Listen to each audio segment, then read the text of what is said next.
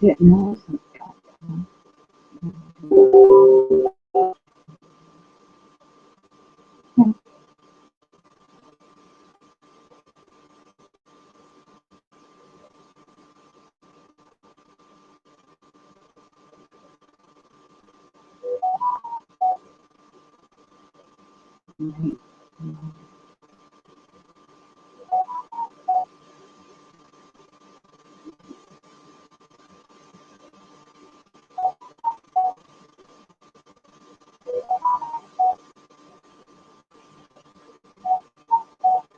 It's going to be a powerful weekend.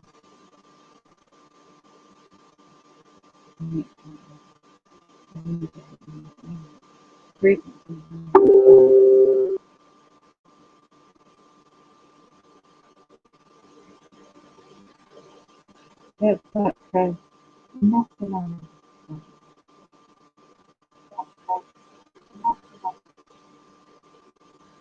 It's healing, it's shifting.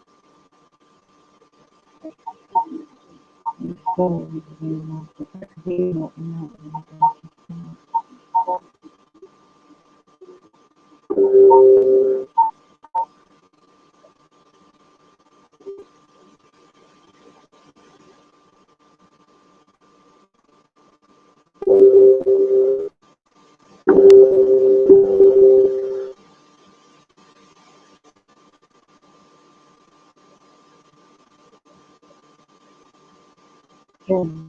shooting that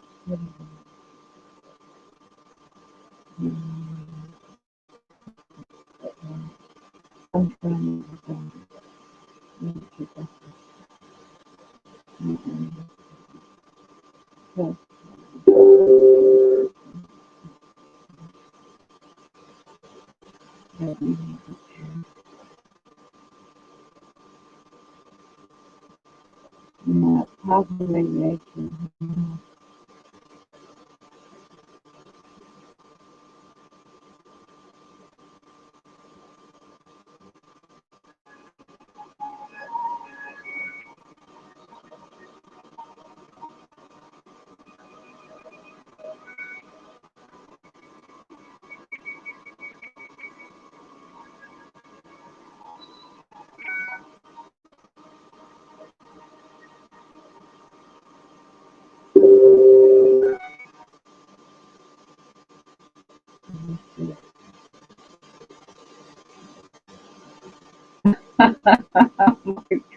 completa. Ay, no, no, sí, para no.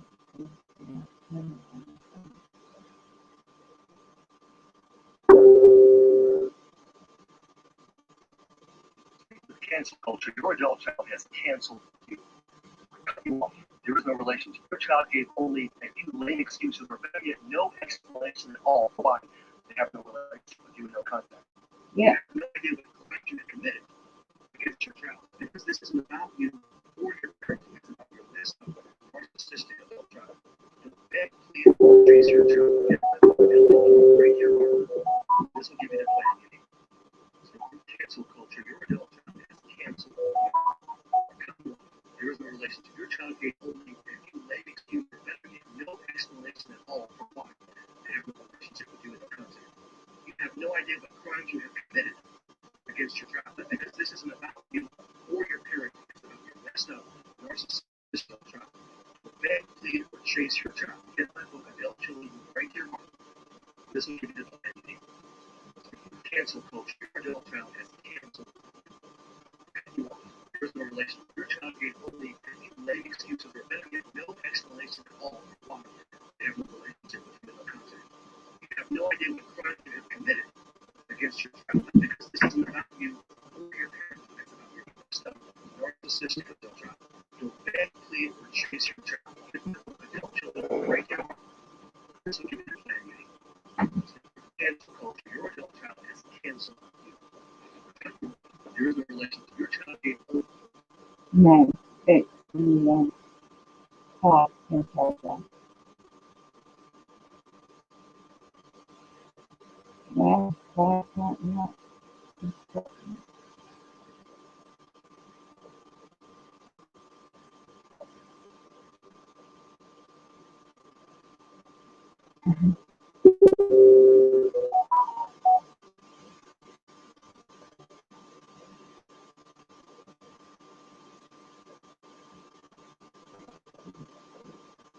Oh, hey.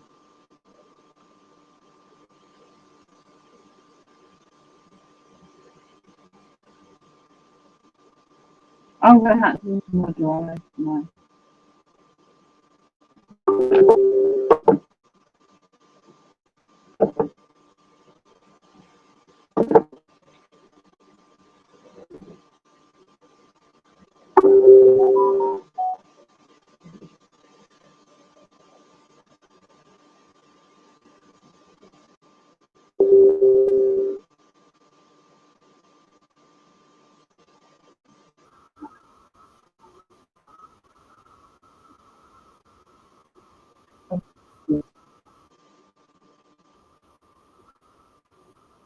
I'm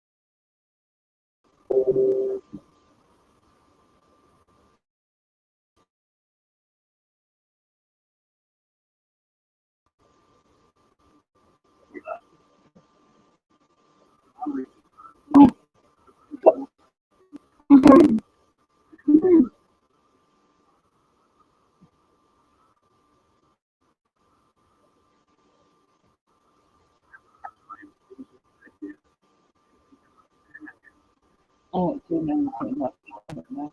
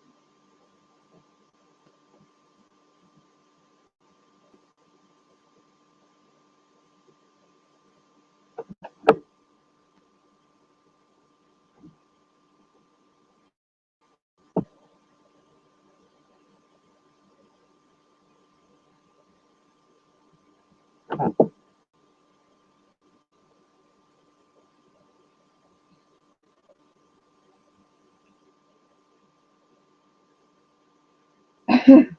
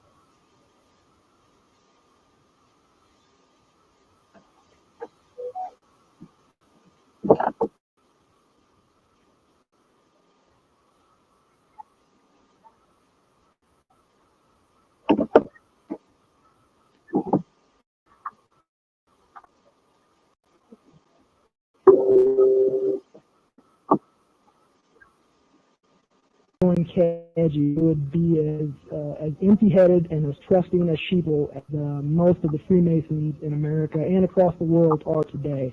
They are not taught what the craft is about. They do not question authority at all.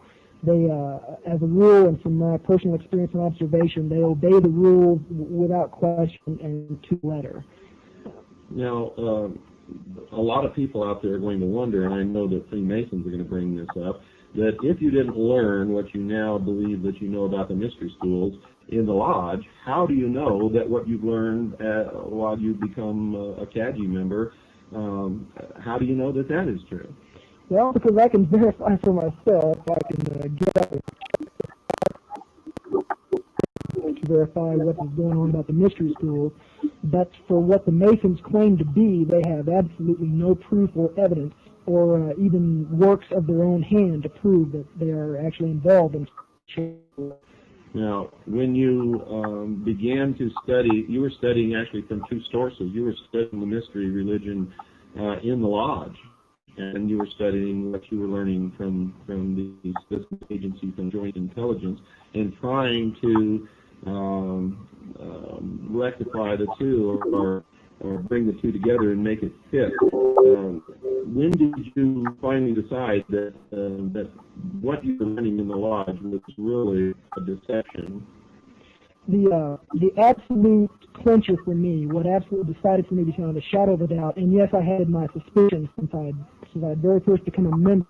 You don't take a blood oath kneeling before an altar, swearing yourself to secrecy for all time without being the group you're becoming a member of being suspect.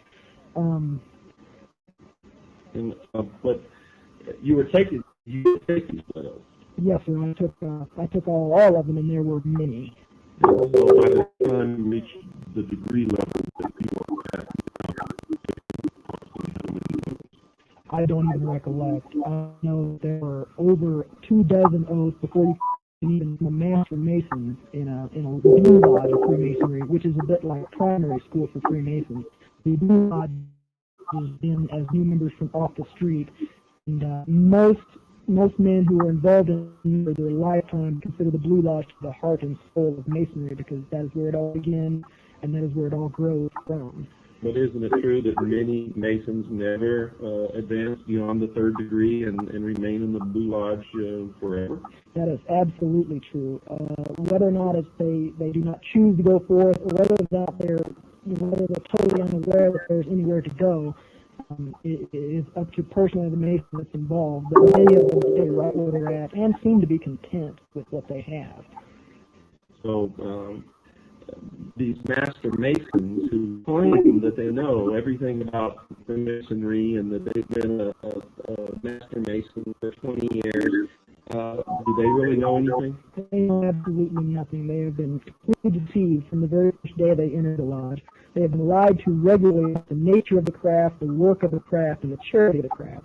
My own lodge that I'm a member of considers its charity work of the entire year to be the donation of $100, which is a little more than due yearly for 3 members to a needy family.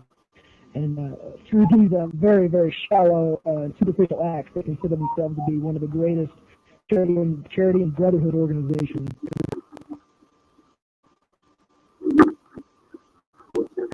Of the Shriners.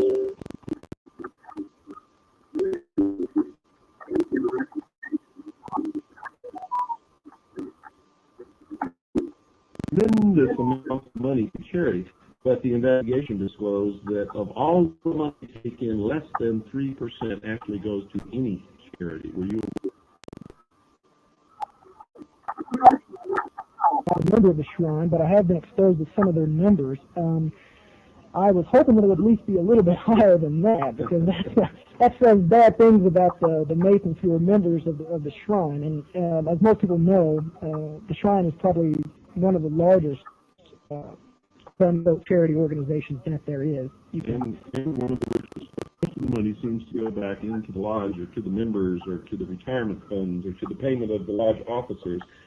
And it's something else people don't realize, that the lodge officers are paid and they have a retirement fund. Now, this doesn't apply directly to all officers of the lodge. I myself am an officer of the lodge that I was indoctrinated into, duly elected member.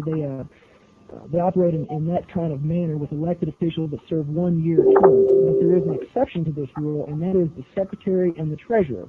And the secretary keeps the books, and the treasurer keeps the money, and that's a very big finger as to where the power in every lodge lies, because these 2 gentlemen who held these offices usually hold them for years and years and years. And they're not elected, and they're not accountable.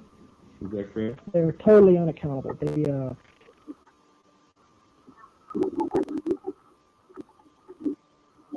during the year, and I listened to this report not 2 months ago, and if an accountant in the business world attempted to give such a superfluous report to his boss, he would be fired on the spot.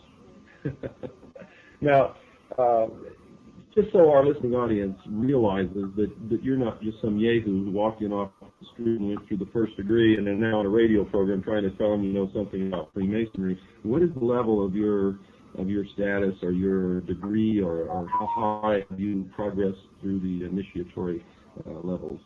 It's not exactly something that any thinking individual would like to brag about, but I like a rocket up the ranks of Freemasonry. Much like in America, today, the Masons like to keep their members busy. They don't want to give them time to think about what they're doing, and they don't want to give them time to think about where they're going. They do this by ritual. All of Masonry is tied up in ritual, and you must memorize this ritual, and it is very, very extensive. Each office has its own whole slew of ritual to remember.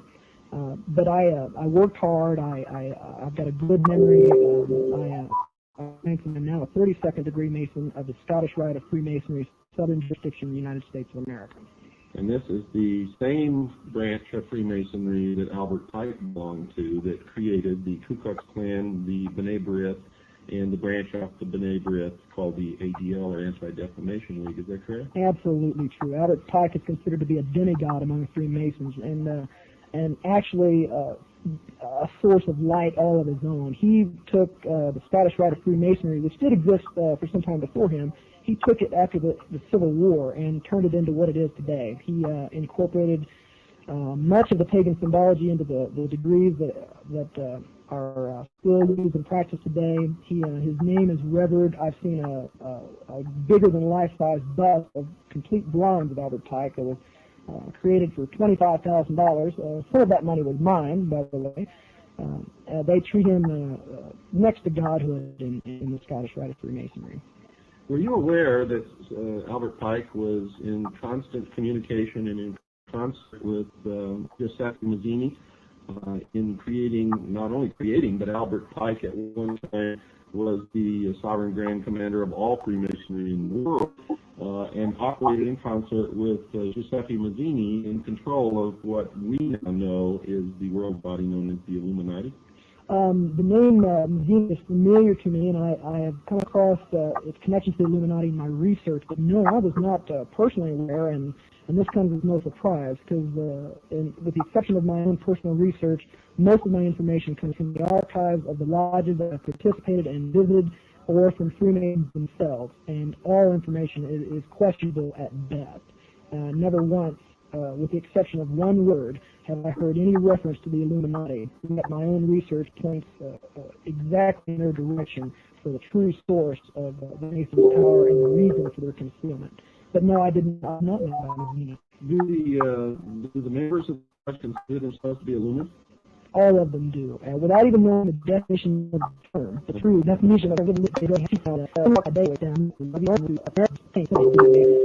I remember a friend of mine who was a young man who was not a member of the lodge, but his father was. And he had a friend who belonged to another family who was not a member of the lodge, but owned a small business in town. And his small business was being destroyed by the members of the lodge simply because he was not a Freemason, and the business was going to members or lodge brothers. And he asked his father why his friend's family was literally being destroyed by his father and others who professed to be members of a fraternal organization existing for the benefit of the community. And his father told him, and I'll never forget this because it literally crushed my friend. His father told him this, quote, "If you are not one of us, you are nothing," unquote. Is this generally the way Freemasons generally think about people who do not belong to their organization? I have personally seen Masonry interfere with family ties before, and yes, this is just how they look at the world. They consider the world to be profane, unilluminated, and this just hand in hand with the general attitude that is conveyed by all Masons, that they are on their road to their own form of godhood, and this manifests itself in severe racism.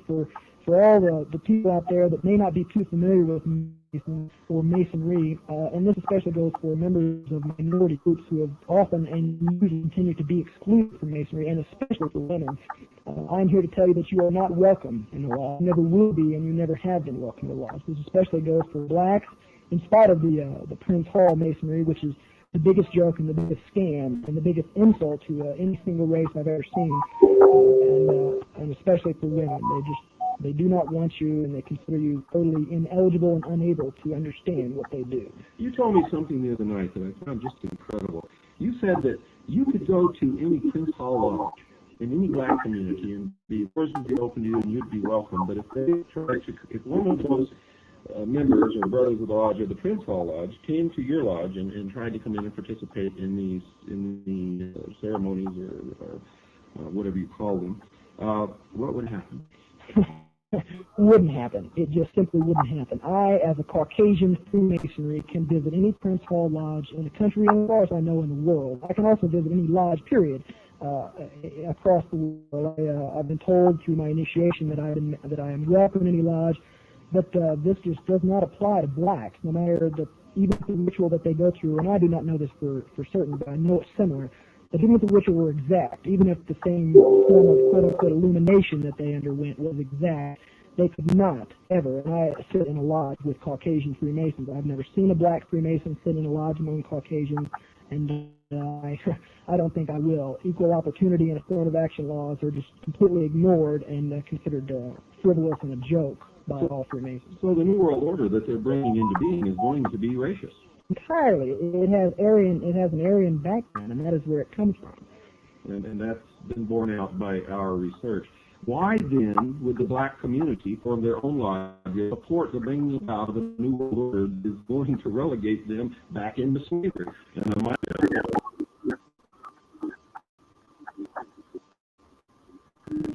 Why would they participate in something like that?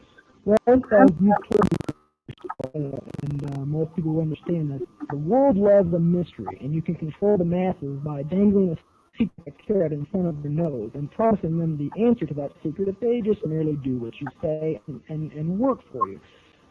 This, together with man's own entirely fallible human nature and the selfishness of man and the ego of man, they want to be something. They want to be better than the people around them that they see. And since they have been told straight out that they can never advance to the ranks of Caucasian Freemasons, they have settled for just being better than their own people and excluding other blacks from joining their own lodge. So one of the holes that Freemasonry has over people is that ordinary people, whether they be black, white, Oriental, Hispanic, doesn't matter, they want to be part of the elect. Is that true? Exactly. That they want to join the elite. They like to look down on their fellow man. Okay. But now, if nobody forced you, nobody processed the fight, how did you get into the lodge? I went to the door and I knocked on it. Who has infiltrated the lodge? Now, this man is no dummy. You have to understand, within 2 years, he has risen from entered apprentice to 32nd degree Freemason of the Scottish Rite of the Southern jurisdiction. Now, that's quite a distinction within the lodge, isn't it? Well, yeah, it can be considered as such. It does get a measure of respect from those who never advance past the third degree of Master Mason. And what is the next step? After the 32nd degree, there is publicly known only one more degree of Freemasonry, and that is the 33rd degree. And you said publicly known. Does that mean that there's more? I suspect that there really is more. Do you know that for sure? No, I do not. I do not know it for sure. I've heard there's a man by the name of Reverend Jim Shaw who was a well, he actually still is by Masonic law, who's still a 33rd degree Freemason. And when he became a 33rd degree, he knew another Mason who was going through the same ritual who said that he was going to advance even further because he had professed a support for the Luciferian doctrine that they preach.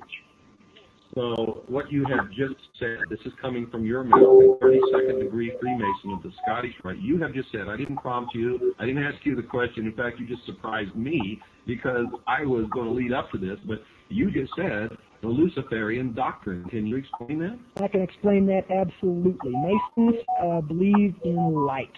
It is a priority part of their entire ritual. Now, light to a Mason symbolizes knowledge and also intellect. And if you pay attention to the Mystery School broadcast, you know who the patron god of intellect is. It is Lucifer, and in fact his very name means the farrier or the bearer of light. Luce is Latin for light and fair for farrier.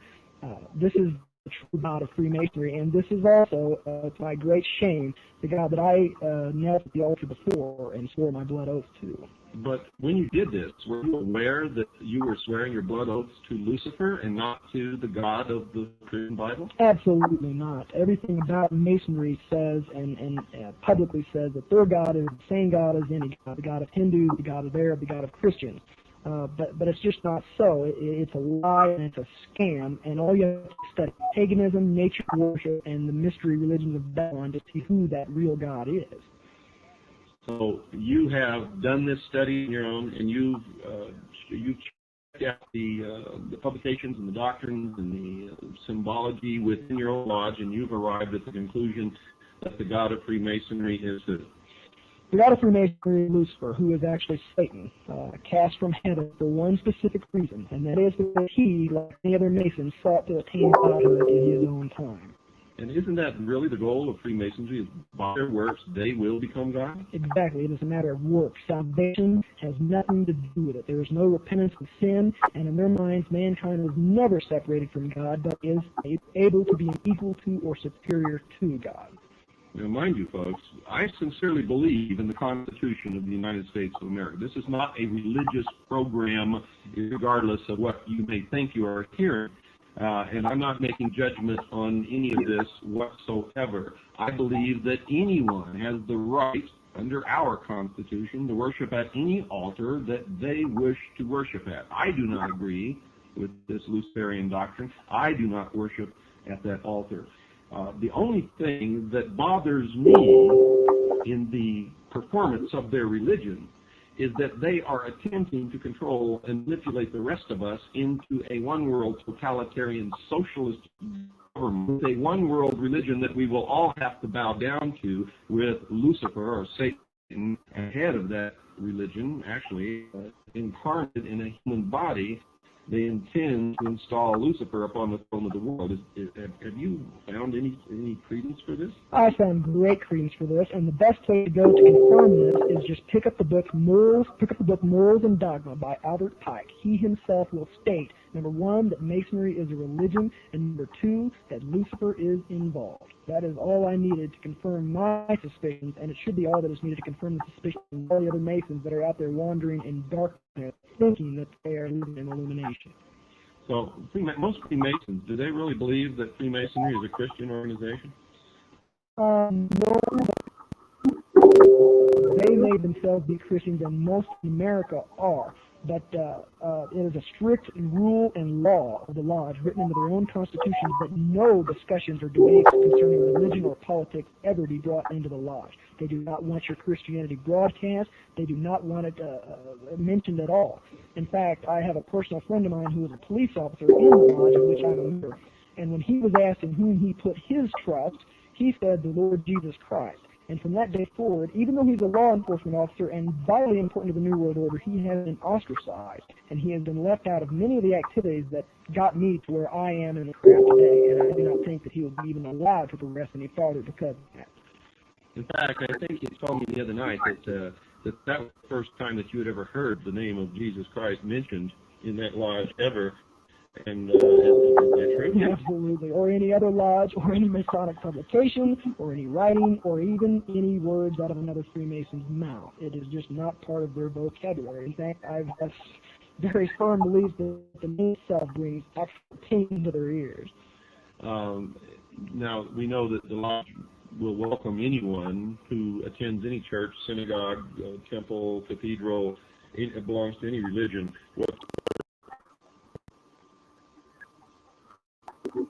Is a religion because we've studied it, and we have people like you who are a Freemason at a very high degree and have confirmed it, and their own writing confirms it. Albert Pike has stated it in writing in his book Morals and Dogma, and in others of his writings, I might add. And Manly P. Hall has confirmed that. So if Freemasonry is a religion, yet they accept members, people who go to other churches in the community, and many different religions that have doctrines that don't agree at all. How can they rectify that? How can you explain this? How can this be? It just is. And any Mason that holds his religious convictions dear and becomes a member of the Lodge is in direct conflict with his own belief and his own faith. The two cannot go together, have never been able to go together, and I don't think they ever will be. And I'd like to ask I'd just like to tell all of my brothers in the lodges out there, how can you possibly believe that Freemasonry is not a religion? You meet in a Masonic temple, you knelt at a Masonic altar with the Holy Bible, or in other countries, a different holy book, the Quran, or many other texts. You knelt there and swore your blood oath in the name of a deity, and quiet respect is demanded in any and all lodges all over the world, just like in any temple. You have been living a lie, and if you don't wake up pretty soon, the New World Order will turn around and eat your lunch for you. The fact that they believe they're going to be an integral part of this New World Order, however, most of them really will not be? This is the great joke. This is the punchline to the whole affair. They believe and see them as the priest and the priesthood of the New World Order. They think that when all things are falling apart, that they're going to be the ones that rise up phoenix-like out of it and bring the world.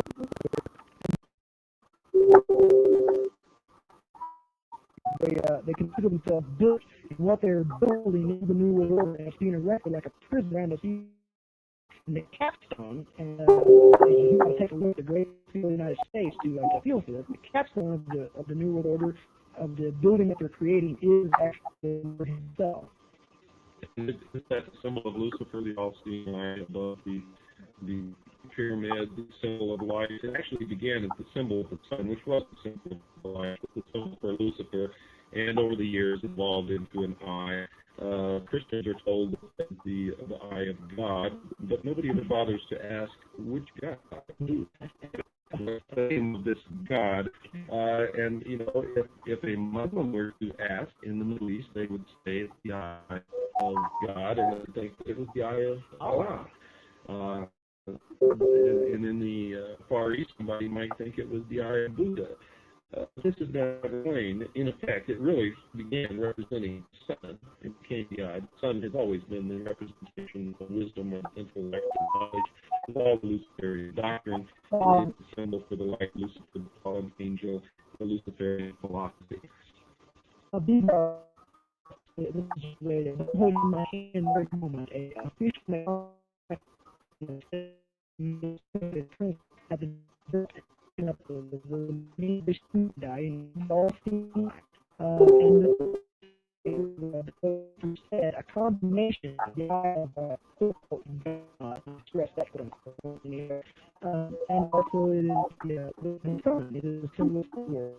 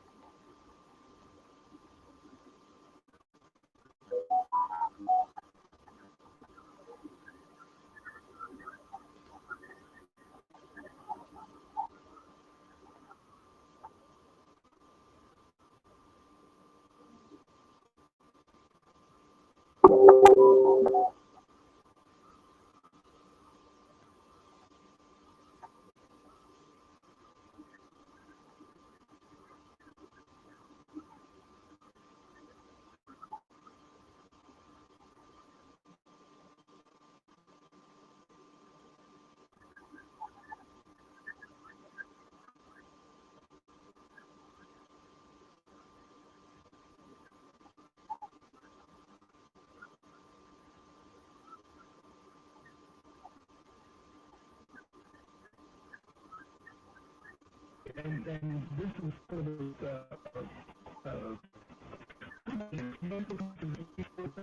and let this judge know.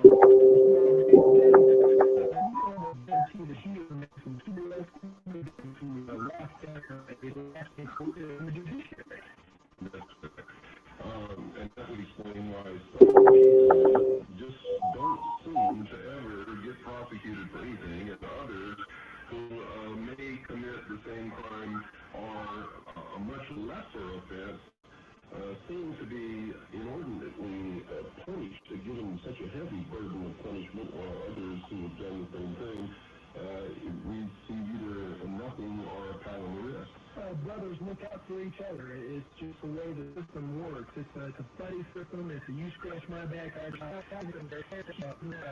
fellow Mason, and any problem that he may encounter, treason and murder alone, they must at their election, which means that even if a fellow Mason is a traitor to his country, we know that could never happen. He's a traitor to his country.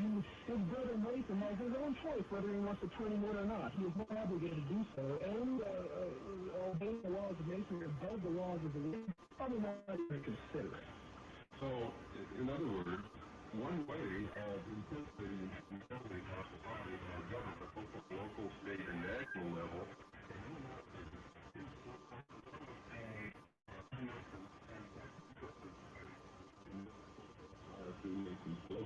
when people come to apply for that job, who gets the job? That's self-explanatory. Masons get the job every time. I know part of the is that you look after the interest of your brother Masons and what in fact, it could probably be true that not giving the job to Mason would bring serious repercussions if discovered inside the lodge and may even be a violation of the oath. There you go, folks. All of you who've been telling me that I'm full of crap and that I don't know what I'm talking about, and that they haven't infiltrated and appointed people that have literally taken over all levels of society, both local, state, and federal and military. You just heard it from the list. A 37-degree Freemason. That is exactly how they do it, and that is done. You have to understand that since this country was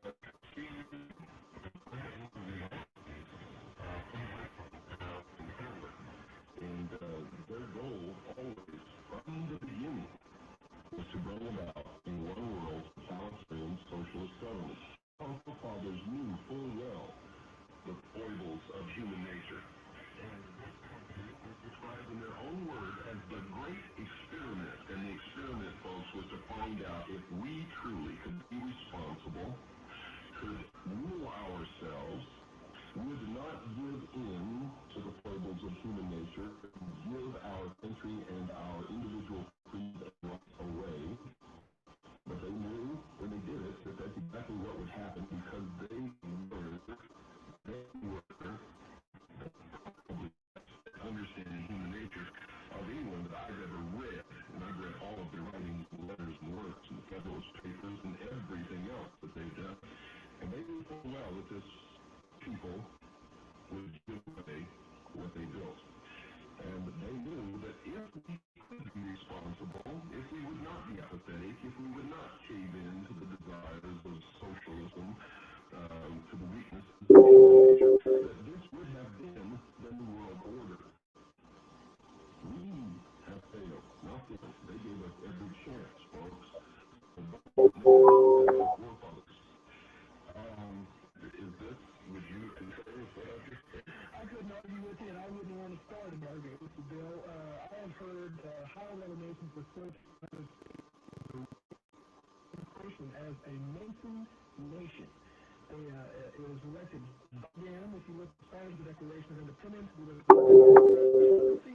see who was involved at the very beginning of this thing. And I'm not saying that all our forefathers are bad or evil. They certainly are not. They created the greatest nation ever known to man. But some of them were Illuminati, and there's no denying that. The course that they set us upon was, in the end, self-defeating for us. Okay, folks, don't go away. We've got to take our break. I'll be right back with William Morgan after this very short pause. Greetings to a lot of you. Before you accuse me, you better look at yourself. Boy, does that apply on this program, you Freemason guys. All members of all the societies that are subverting the Constitution of the United States, Bill of Rights, I call them cockroaches. I don't know what the rest of you call them, but that's what they are. They claim to be looking for the light, but every time you turn the light on them, they scurry in at the same.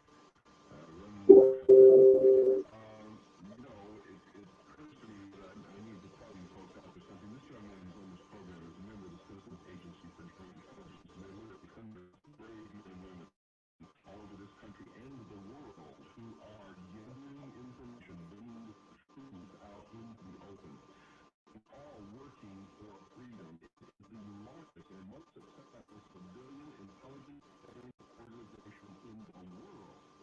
Is freedom to preserve freedom in this country, the United States, preserve the Constitution of rights, because it's the last bastion, last wall between us and freedom, and try to institute freedom in all of the rest of the world. That's our only purpose. Our only purpose. We are in support of freedom for all peoples.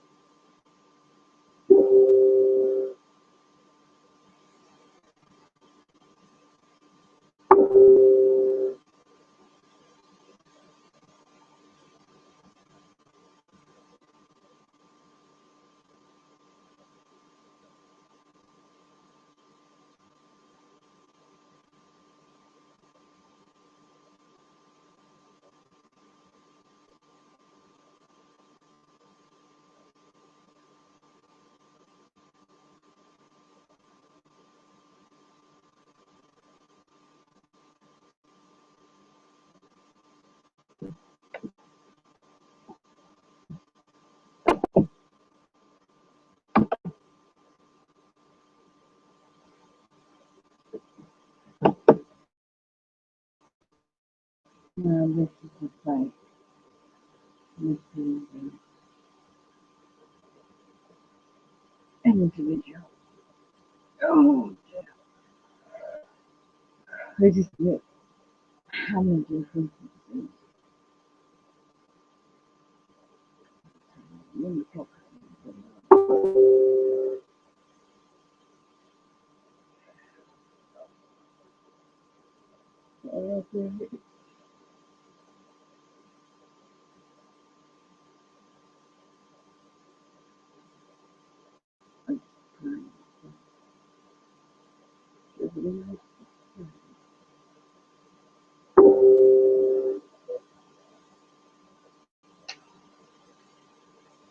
Very good.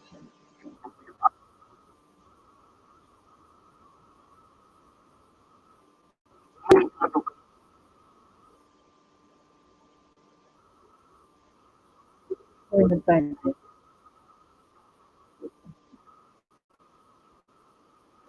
Uh,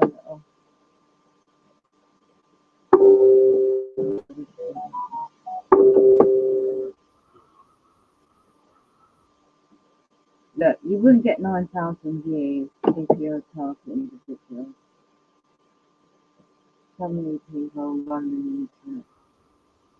Wait. At this stage in life, you get back in video.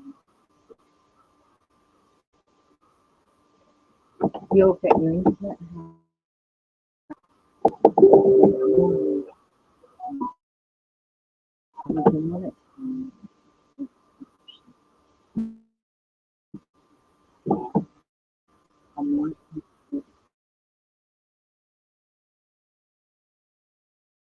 Don't trust them. A lot of people.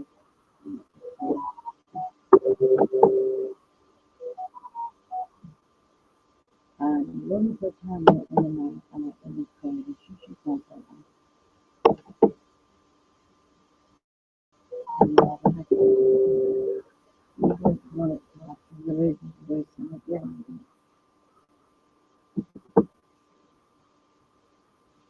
It's late and it's painful. I'm laying there getting tortured, isn't it?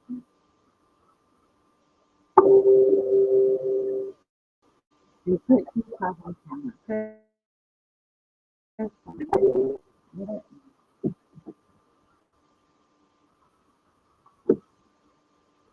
It's on the thing. Easier around here. We got Holland in East Texas. So I've got that nasal twang going on. Hey, people, 4 thumbs up. Come on, y'all, do better. Now, the 4 people in here, perpetrators, are you trying to perpetrate on me? He's the same person. When we get a few people in the house, I mean, y'all start typing and saying who you are, where you're from, what's up. Jane Hatch, Fizz Star gets targeted by FBI for being a journalist whistleblower. What articles have you written? I'd like to read them. Human trafficking. There is a lot of static, noisy. Okay, thanks. Thanks for the heads up. Let's see what the malfunction is. Does it sound better now?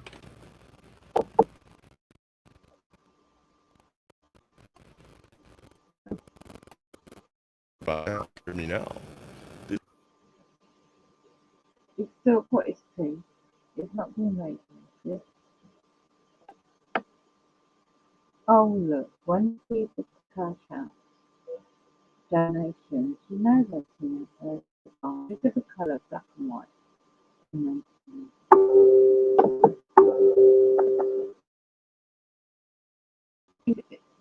Education for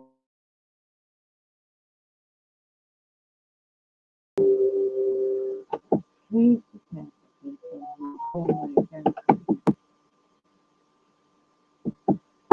He implies it's going since they philosophy in 18. No, you're selected by this demonic entity before you're born, and you won't probably realise that your DNA and genetic will be monitored by non-human entities. It is worldwide. It's military based. is also part of our function worldwide. Yeah? And all he ever does is beg and beg and beg. You never see evidence of the cars, the home invasion. You can see how he failed his life. Look, this is him. How much do you think he's making out of him taking? In this type of individual, you never get that many views. He just downloads and he uploads to make it upload. Okay? It just thinks it's really it. He knows what he's doing. He's on take time. Yeah? And everybody's got to information.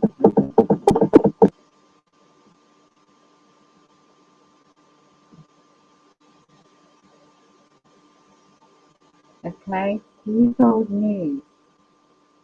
I found this useful. You need to find it new monitoring. This is of the documentary. This is 8%. It's not about his personal thing. He never shares anything about what he goes through personally.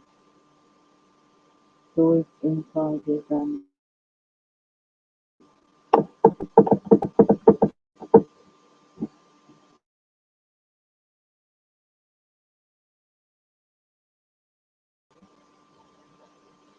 And then he goes on about, oh, I am working. Maybe the odd job. When you're started, if you're lucky to get on down. And now he puts himself on camera. Microwave technology.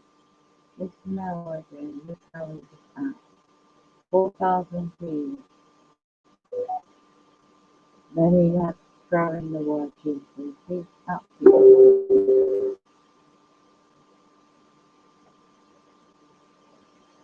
And he teaches other people his content here with messages with another channel. I know that, and the other channels too. He's making a call that told her that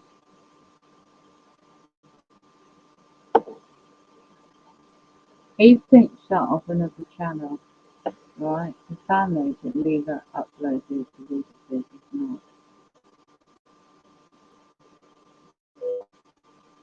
This is what he's going to do.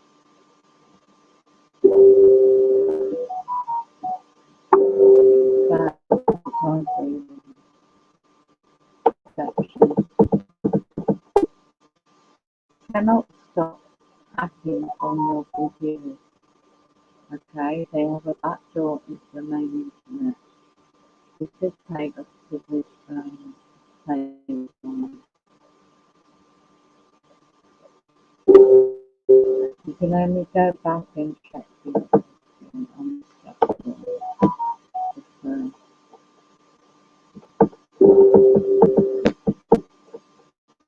Look, triggers, red colours.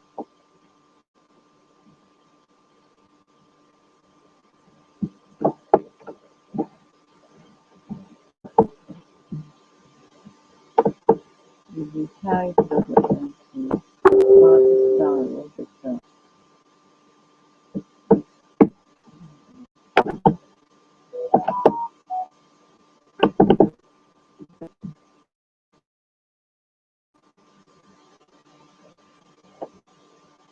I know where that's from.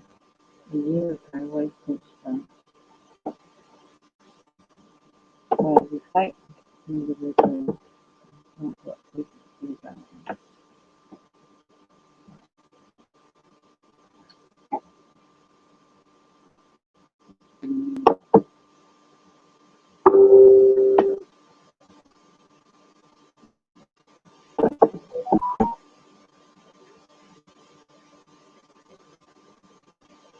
Bit of the and as people complain, that must be heavy again against that, but I knew And some much has been living on this platform a long time.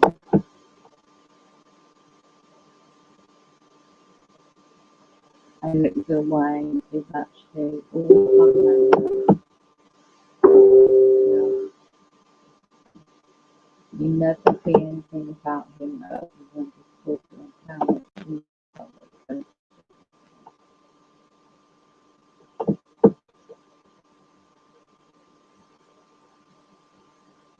He knows what he's doing while milking his system, and he moans when he don't have any time, so he has to lie on doing everything. Sadly, genuine individuals fall for it.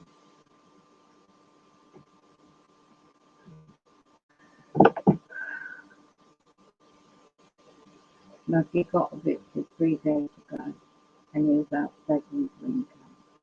Apparently he's in this one. Look how many people you don't get that in the chat if you will start. 27 days a year. They have jams.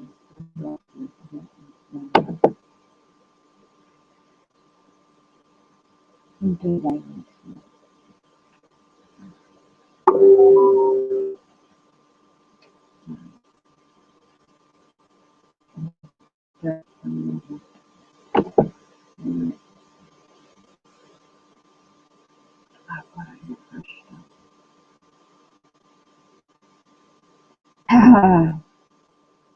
Lot of frequency.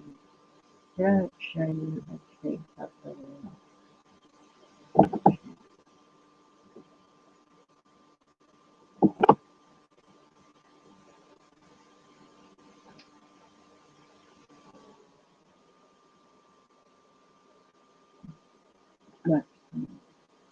And rain down and can't know. You can't know. You don't talk. You know change. It takes up a minute.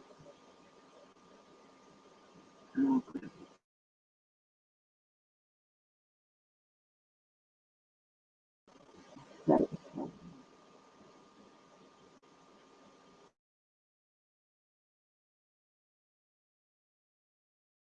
back to know that you know.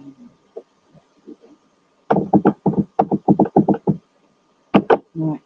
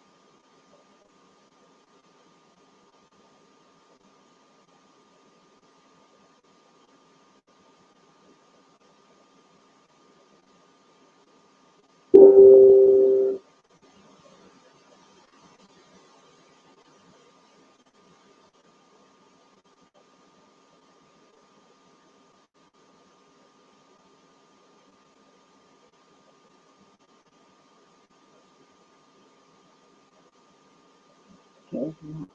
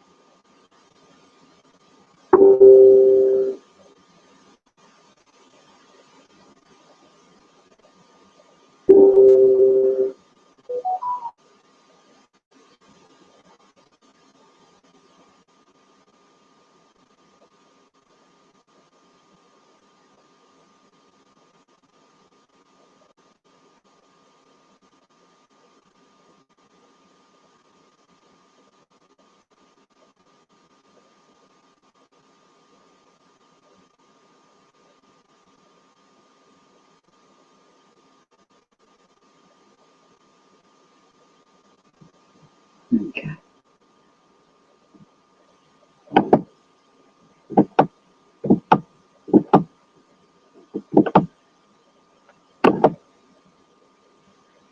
Okay. If you want to,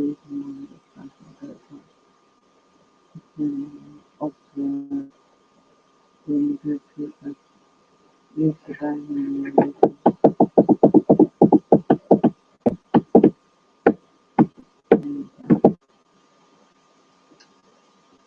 okay.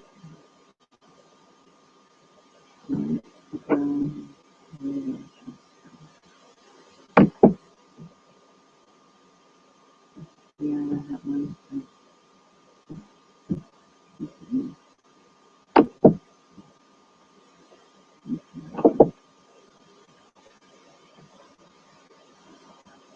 Oxygen and loss of radiation.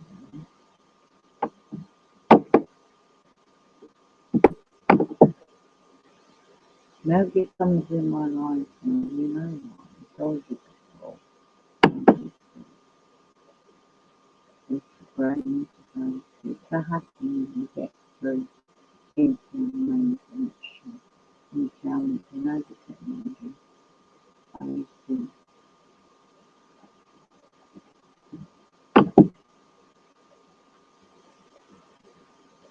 talk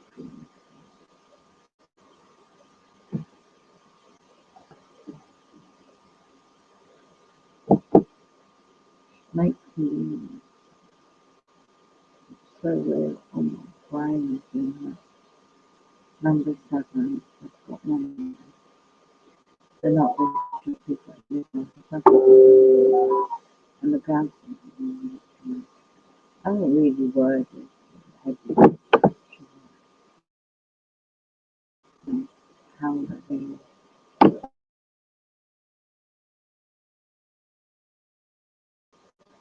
the council in now we use trauma as my control. They suffer every night, you know, like false false mm, just like so it's all about 2 hours you give them back. Mm, the radiate your ears with the EMF frequency. It's all about frequencies in the body, you know, and the use of satellite mobile and satellite. 5 kids, you know, but past 3 4 weeks has been dying, so I have to get my content in. And I like to just try and put sharp at you to speak.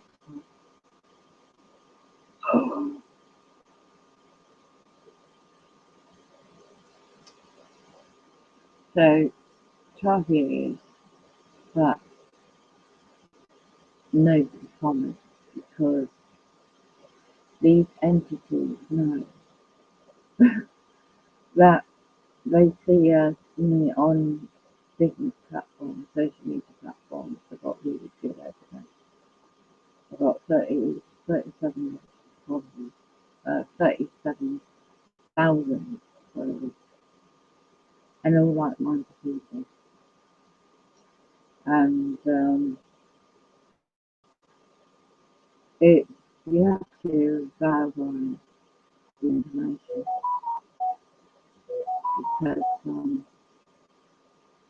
you have to do research and seeing unfortunately what certain people are focusing do one thing, but it's all connected.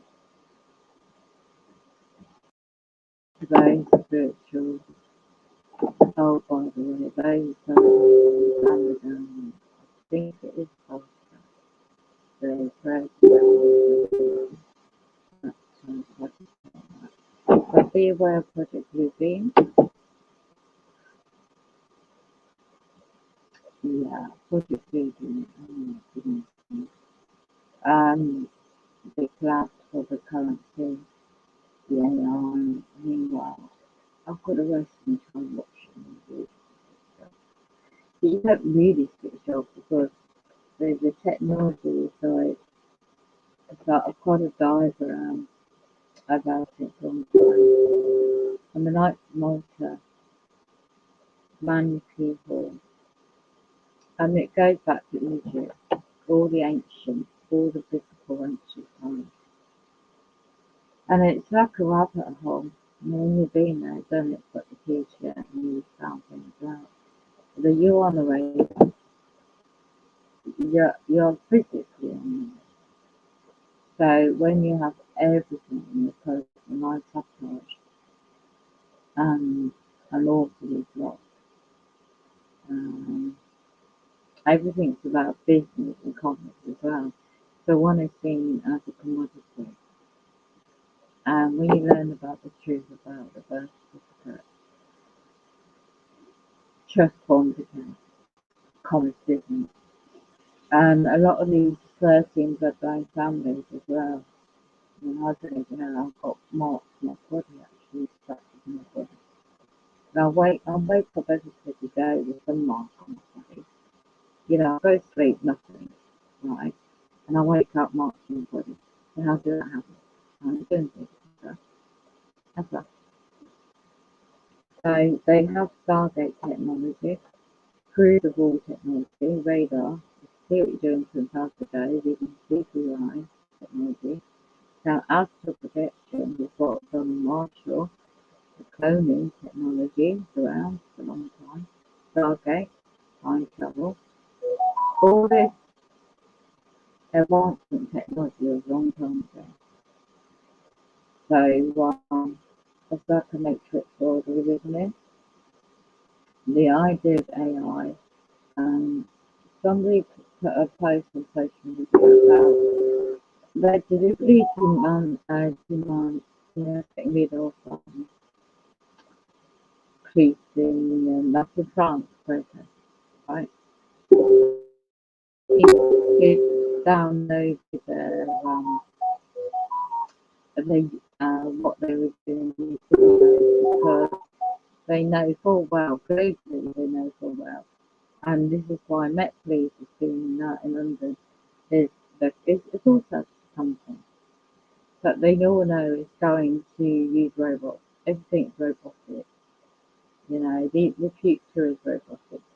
The company that failed in maintaining a maintenance culture for a whole year, every repair was to make sure it wasn't going to get and last on to so July last year, 2 weeks later, it was faulty again. And it's been like that all through last year, all through a whole year. And the two brand new motors, about 300 quid a piece. I mean, the first one was fine, it just wasn't fit correctly. It said, will come off. So I always ended up in the road and the car had me head on. So that was a tort or personal injury. So I've not been able to deal with these people. So I need to look at a different avenue now because that wheelchair, although it's not fashion anymore, you know, you need to go outdoors. And then don't get me started when you're real targeted individual, you don't get repairs. They place people in your area where you live, no matter where you are in the world. And what they do is put people in where you live, okay? So it is a very well organised program. If you're satanic, so you either for light or not. So they put people in where you live.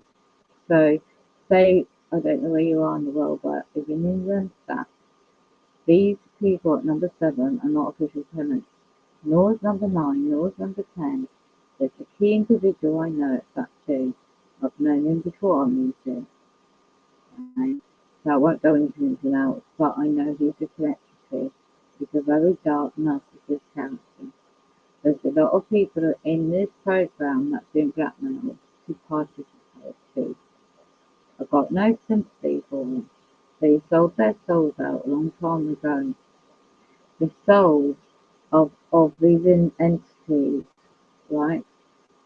That if they're, say for example, if someone gone through problems in their life and they tend to drink or drug whatever they choose to cover the pain in the person's life, okay, trauma even, okay. So it could be from childhood or it could be from something that's happened in personal life. This is just general life experiences in general, okay. But the trouble is that the advancement in technology, all these implants or all manipulating the human genome began a long time ago, and all this abuse, the trauma based especially, is hereditary, and it can go through your the female line, or it can go through a male line, okay, and so it can go farther back than that, but it always ends up back in biblical times. Now, my father, which I just know, his bloodline is from, I'm not quite sure it's Barbados, and the link to Barbados is coloured chap. But I didn't know this till I was much older. So what the program does is isolate you eventually.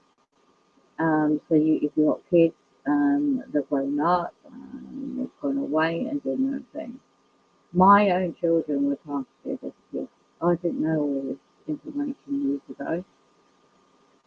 So my own religious Freemason link, but it's sad really because I'm the only one out of all of them that broke away from the clutches of the Mormons.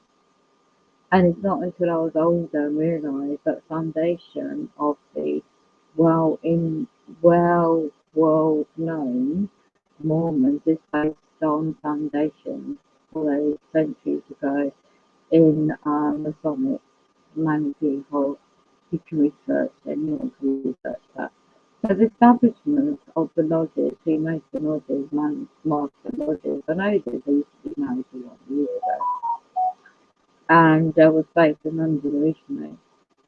So how did it come to America and then to spread on to that?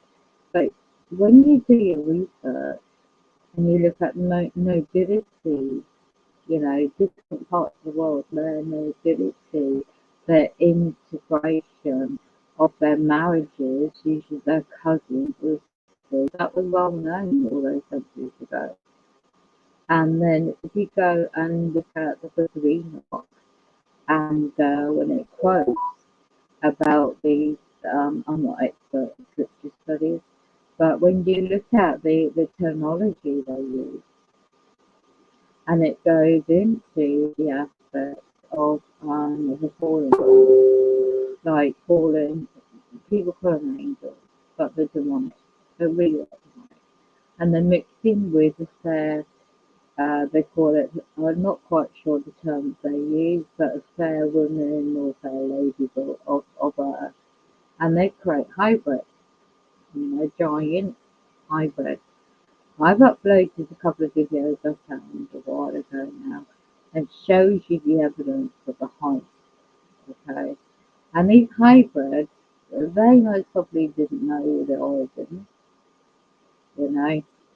So, like, if you look at the ancient tribes, there's a lot of good evidence in the tribes history. And you go to Mayan calendars, the Mayan cultures, and you look, excuse me, you look at the ancient uh, tribes and ancient origins of America, and for example, the natural way of living, natural herbs from over into America. Who was the settlers there initially? It wasn't the white coloured skin. It wasn't. It was Britain. Britain is always Britain, isn't it? Conquering. Columbus doing his rounds and looking for land. But always business. There's always been trade and commerce and business, bartering in history. So why on earth would they want to start hacking into brains and research the medical industry to start with all those centuries ago? The first dissecting brains, the human brain anyway, it was 1800s. So I'm not quite sure the specific year. But then why would they start experimenting on the ball, implanting an implant on the ball? This is in Spain to test the neurons into the brain, the chemicals into the brain. And the brain's a fascinating part of the human body because it controls so much of your function of the body. And the neuroscience now, it's the future, you know. To hook up the hive mind, the brain of the hive mind technology, which you're already doing, they're doing it wirelessly. And they don't need all the power. The satellite, you know, it's Neuralink. It's got nothing to do what you think it is. You can investigate yourself and find they've got to have the hive mind, the D-Wave, and it's got to have the 5G, 6G to link up every human individual on this planet. You know, this is a worldwide, you know, um, control mechanism of human population. And why the hell would they do that for without your consent? And since I start saying that, you've got the curve now, you don't understand bang, bang, bang. So, you see, a lot of this also, the practical sense and again stalking on the ground level is psychological. They want to get your psychological mindset all twisted up and thinking all sorts. This is a plan. And there was a lady who broke away from the satanic occult, and I don't know how she done it, awful. But she explained it. I've done those with a book a long time ago. It was dated 2003. And once I was reading it, it just everything just fits in. Because when they set me up in 2002, it was a long time they set me up. But key elements I now know about in my personal situation, I know that is all leading up to where we are now. So yeah, that's happened, that's happened, that's happened. You can't change what's happened. You can't change the history. You can only deal here and now. You don't know the future. You'd like to know. You like to be able to do this. This is all spiritual. This is all the Peggy Lane. And before I wasn't very tired, I'll tell you that. But I am tired and I've done enough focus on that today. But she was an American lady, and she was able to reverse speech and into the language of reptilian, non-human entities, different non-human, and they took races because there's a lot of documents out there one can research for rating humans. They're human race, you know, and then you've got to be careful because there's so many different religious faiths and belief systems and people, and they call it a terminology a few people is the matrix. The movie, symbolism, TV shows, radio, and there's a very, very good film. I've seen it before, but I haven't got the patience to watch it again. Called They Live, and it shows you in that script the actor getting his glasses, putting them on. Once he puts them on, you can see the real shapeshift. It's a bit ironic actually, because a very good YouTube channel, a guy in America called Richard Bruce, and he breaks it down quite well. And if you go back, and he's got a website, and he breaks it down very well, and he connects it with scriptures as well, of the King James Bible version with the reptilian wife and how it happened, and on the biblical terminology. But I've always loved history, and you pick up the origins of the ancient tribes. And when you look at the Cain version, the Cain is the Luciferian tribe. You go back as far as you can in this period of time as well. Okay. And you got the tribe of Dan. I'm the tribe of Dan. They hate the tribe of Dan. Any descendants on the tribe of Dan in your genetics, in DNA, they're going to really sort of like do this to you. You might not even know it's happening to you until one day they switch on, they implant or something happens and you're chosen to be awakened. So, don't even ask me how they get chosen, how people are chosen, some people are not. But do not conform to what's going on in the bigger picture. I've never been that way. I've always been a great thinker. Everything was after. So you're always going to be monitored first. You're always going to have your personal life monitored and things happen and people react.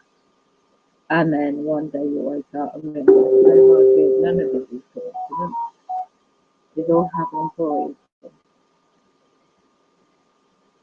So yeah, sadly, we've got people out there really deliberately they're paid to push you in a different direction instead of on the journey and the path you're meant to go through. And why do Freemasonry? And I don't bash it generally, but a lot of people when they join in initiatives, they get invited into the Atomic Knowledge Initiative, and they go up to each ladder they paid and study. When they get to a certain level, they really know by then that they overlord the Luciferian agenda that they are part of. And you just don't get out. They look after each other, their own brothers and sisters. There's now, like, we're in Cuba, there's an old shared there, but now they do have different and the different nationalities. And some see it as a fraternity, and it's ancient, but it goes deeper, it goes higher than that, because all it's hardly but stonemasonry. Although you can imagine how they built the Egyptian temple. You don't get all the members and riches. They needed giants to build these large statues around the world. And this is where the behemoth comes in. And then, of course, what do they do in Africa with the mining of gold? Why do they need the slave race, the human slave race? These reptilian overlords, they created that for genetically engineering, keeping our IQ low, them. So we mine the gold. In the offshoot planets, they needed the gold. There's precious metals. There's extremely technology. I'm not expert in this at all. One needs to research, but the technology part of it. If you don't believe there's Stargate, the time travel, you just want to research military black operations and my lab, which stands for military black operations underground, they've already done. And people have been trying to get the truth out there about the sacrificing of innocent children. There's one side. Why do they need the disappearance of so many innocent people and children around the world? And in different platforms, I can't say too much about the subject here, but on different platforms, people are getting the truth about what's really going on, that want to listen. And there's actually a spiritual waking up. When people post on certain social media about mental health, okay, but when you try to go on to a certain one earlier and let them know a certain website, go and research the original. They call them about it on this platform, but the DSM manual 3, how that was put together, the original author in America, how did it come up with these diagnosis? And it was always been, you have natural emotions as a human individual, you're born with a natural emotion, and they turn it into a label.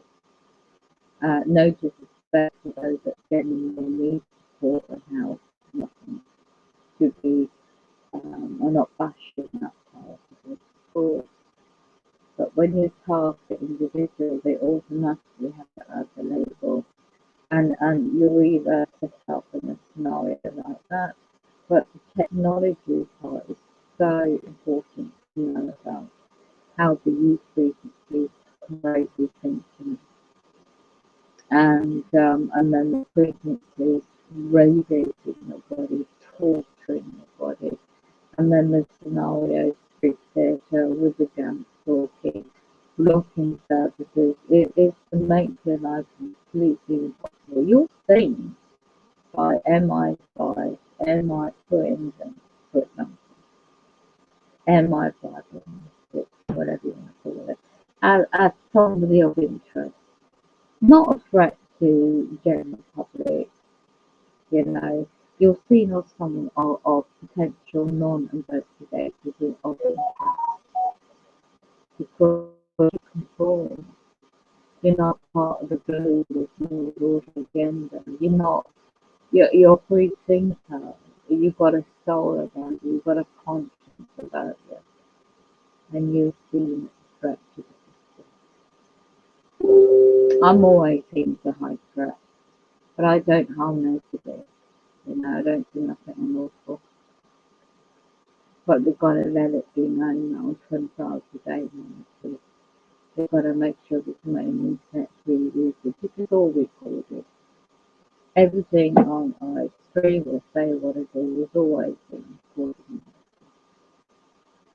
But when you had a really good interesting individual, Donald Marshall, that went on about the cloning subject, one needs to really research that because they already made the topic about cloning sheep, solid sheep, I think, before,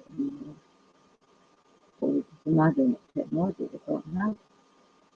So it's all interlinked, all these subjects on it's all interlinked, something but the ultimate end game is transhumanism.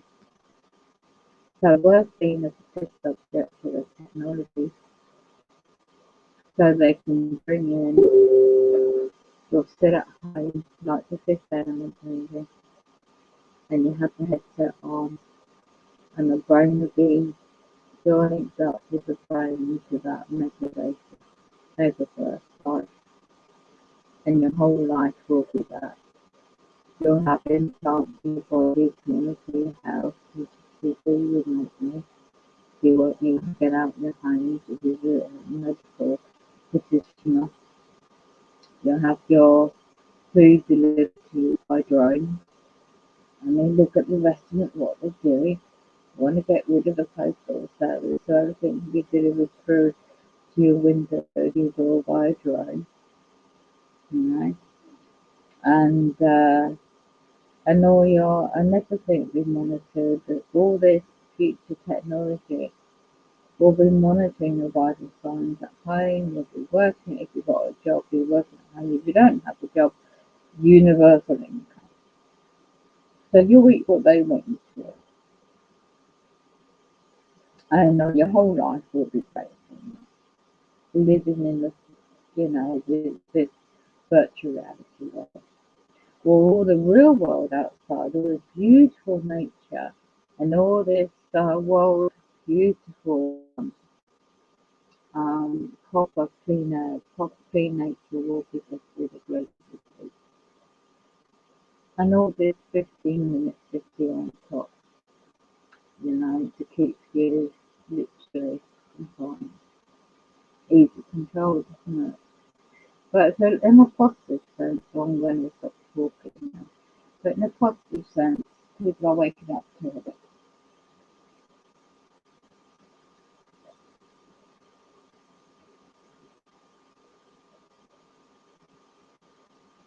So 31 people in this chat.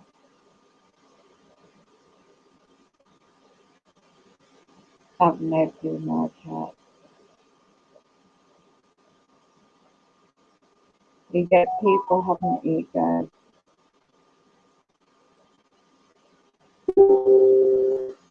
and you get also, don't forget you've got AI. That can happen to your internet as AI computer systems will hack into your computer.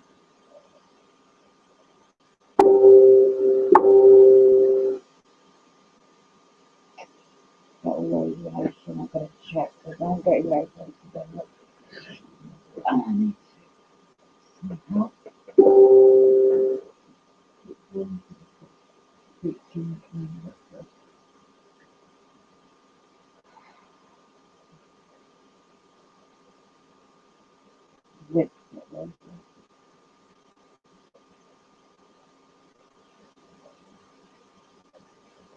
I want on the remote.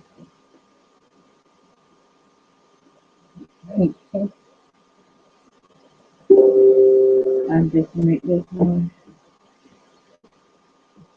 second time at 40 observations.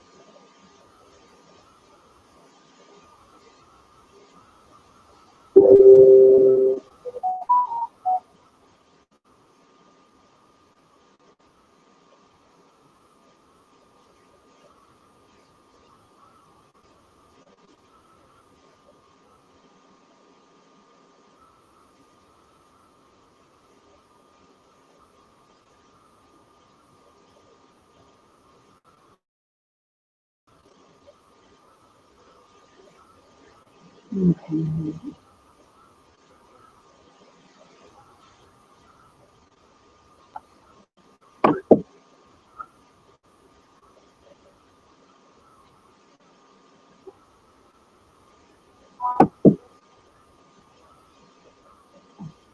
Then go to the and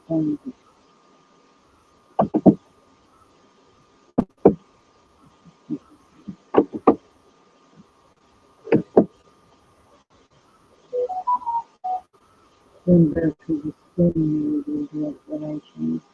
Open up and go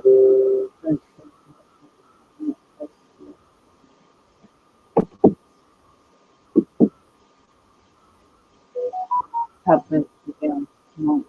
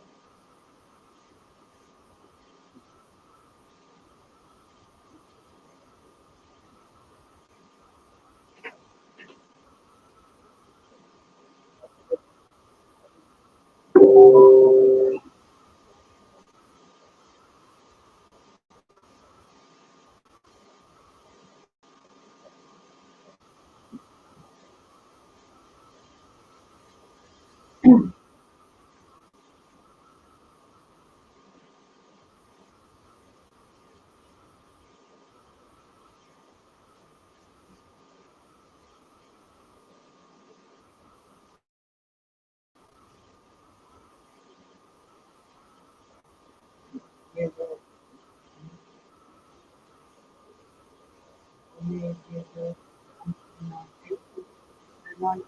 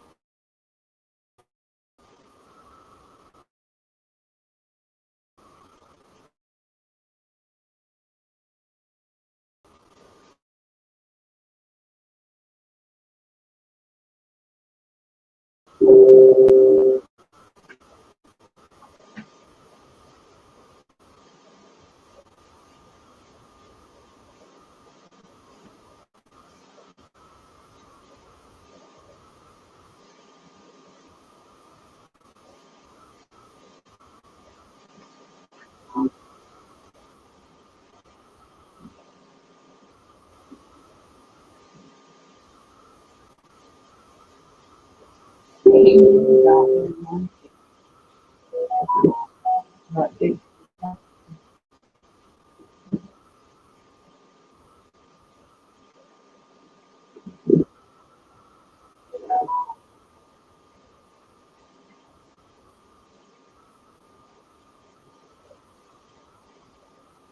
take me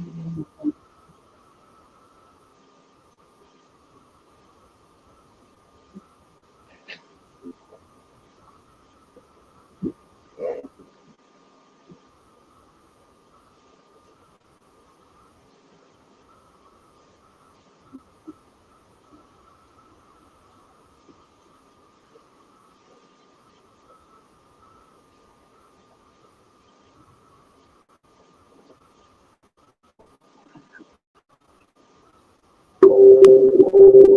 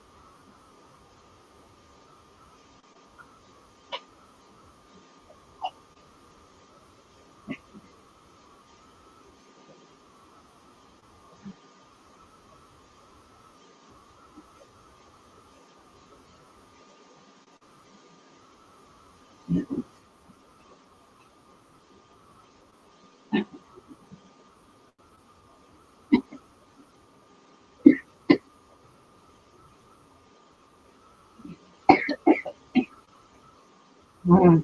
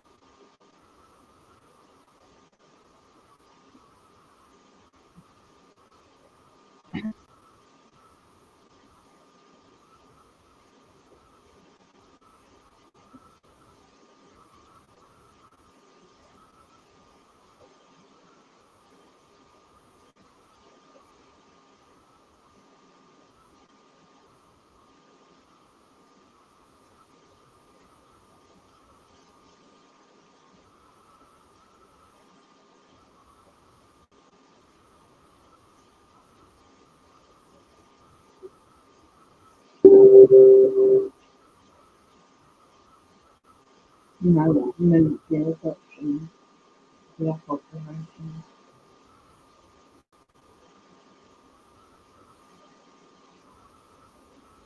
You won't get anything more you can get after today.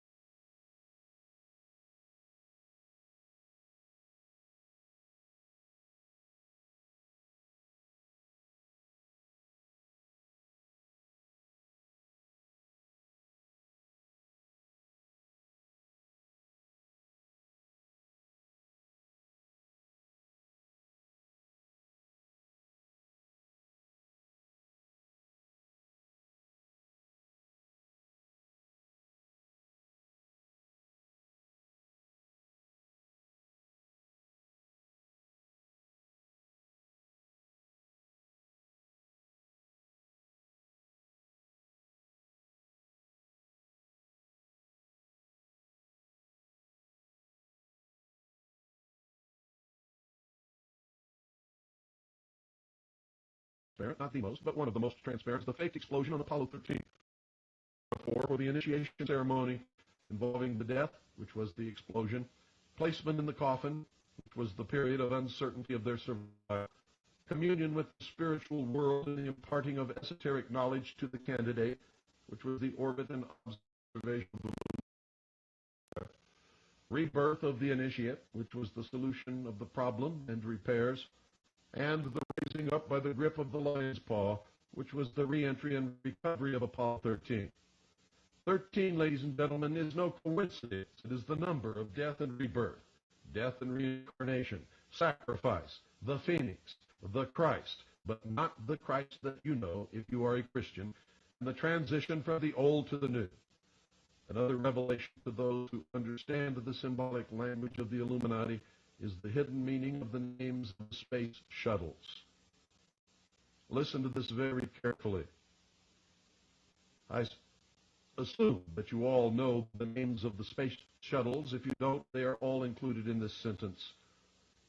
Quote, a Columbian enterprise to endeavor for the discovery of Atlantis, and all challengers shall be destroyed, end quote. Exploration of the moon, ladies and gentlemen, stopped because it was impossible to continue the hoax without being ultimately discovered. They were pressing their luck as it was. And of course, they ran out of pre-filmed episodes. No man, ladies and gentlemen,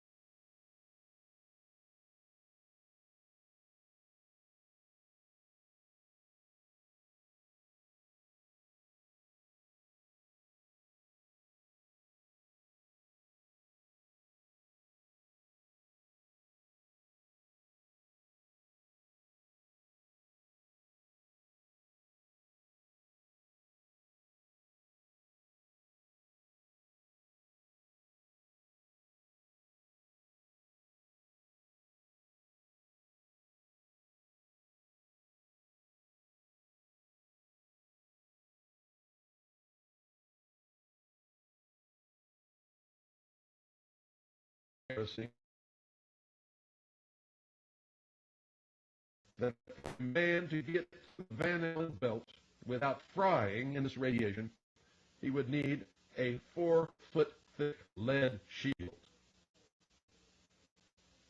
But that's not all. In space, there is solar radiation. You see, standing on the surface of the Earth, anywhere within our atmosphere, even a thin atmosphere, we are protected from the solar radiation and from the tremendous increase above the normal solar radiation that is created by solar flares and flung throughout the universe. Most of them are unpredictable, cannot be predicted. The man from the Earth, the moon, during this period of time, because we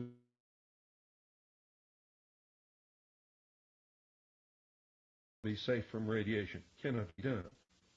On top of that, there's cosmic radiation.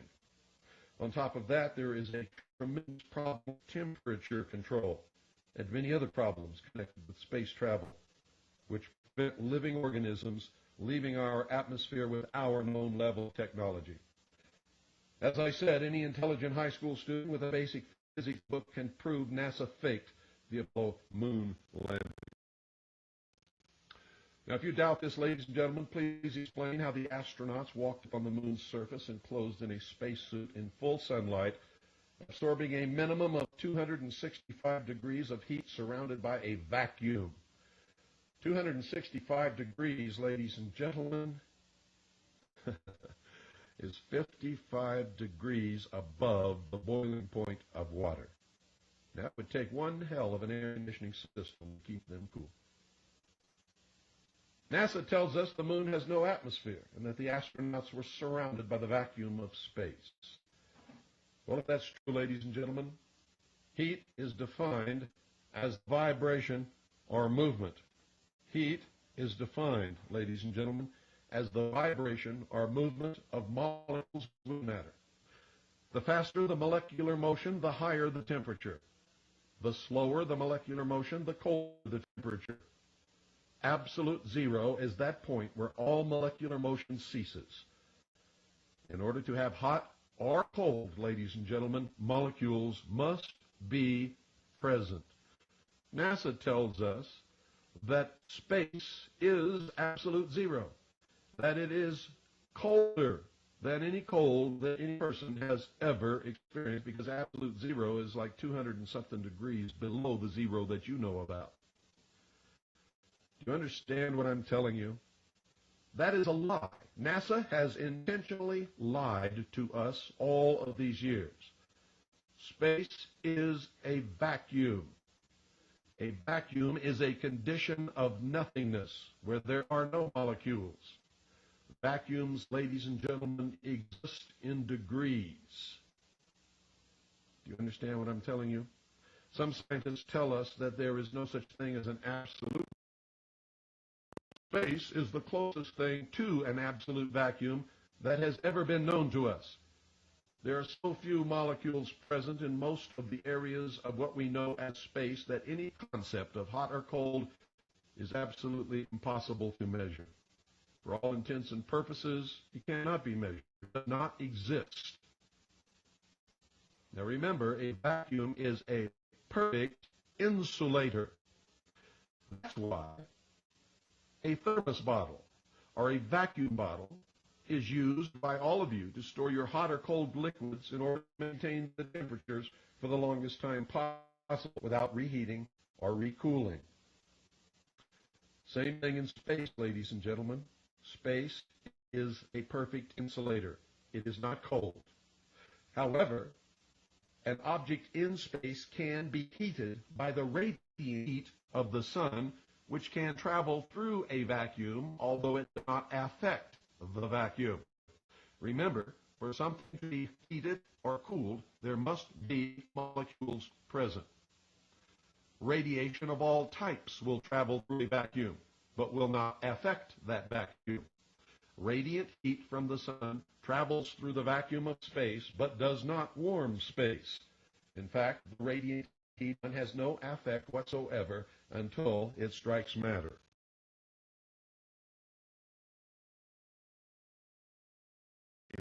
Which is absorbed by matter. The time it takes to heat exposed to direct sunlight in space is determined by its color, its elemental, its from the sun, and its rate of absorption of radiant heat energy. In other words, an object in space will absorb the radiant energy of the sun and will be heated until its temperature becomes equal to the radiant heat that it is absorbing.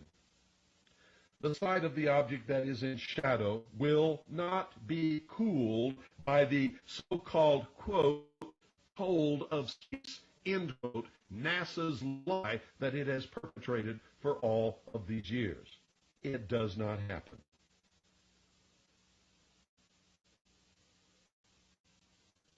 Heat will spread through any object, through contact of molecule against molecule, until the heat of the object all over the object has become equal, ladies and gentlemen. Now understand what I just told you. Objects which are heated cannot be cooled by space. In order for an object to cool, it must first be removed from direct sunlight, and then it will stay at the temperature that it is at for quite a long time, until the molecular motion slows down through the resistance of molecules vibrating against each other, until all motion stops if the object is kept out of direct sunlight for a long enough period of time.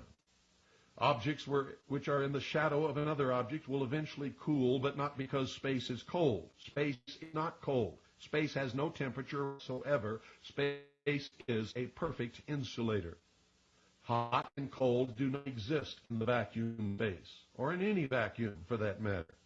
Objects cool because the laws of motion dictate that the molecules of the object will slow down due to the resistance resulting from striking other molecules until eventually all motion will stop, provided the object is sheltered from the direct and or indirect radiation of the sun and that there is no other source of heat. And this process takes quite a long time. NASA insists the spacesuits the astronauts supposedly wore on the lunar surface were air-conditioned. An air conditioner cannot and will not work without a heater. Heat exchanger, ladies and gentlemen, simply takes heat in a medium such as Freon from one place and transfers it to another place. Water can be used. Air can be used. Anything that will conduct heat can be used for this process. This requires a medium of molecules which can absorb and transfer the heat, such as the atmosphere or water. An air conditioner will not and cannot work in a vacuum. NASA says that their air conditioning works a system of tubes which carry water all around the body, all throughout the spacesuit, and to a heat exchanger, which is cooled by ejecting water onto coils which freeze because of the cold of space, and then the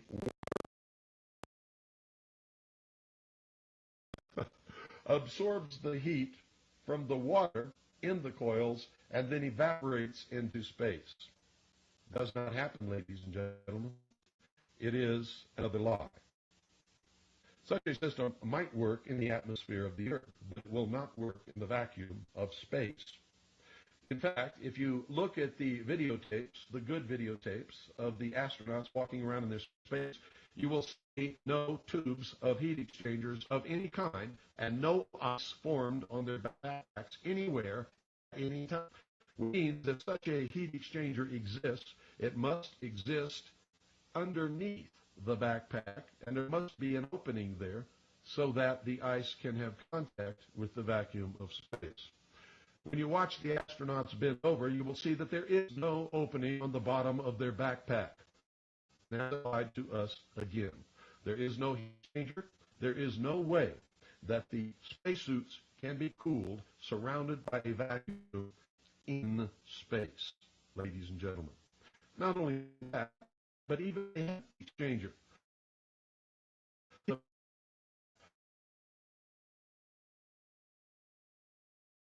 Evaporate. NASA has proved themselves a liar through their own words by stating they have found ice in the shadowed portions of space that are never lit by the light of the sun. Ice that has been there for millions, maybe billions of years. So NASA themselves have told us that ice will not evaporate into the vacuum of space. NASA has lied once again. An air conditioner will not and cannot work in a vacuum. A spacesuit surrounded by a vacuum cannot transfer heat from the inside of the suit to any other place. The vacuum, remember, is a perfect insulator.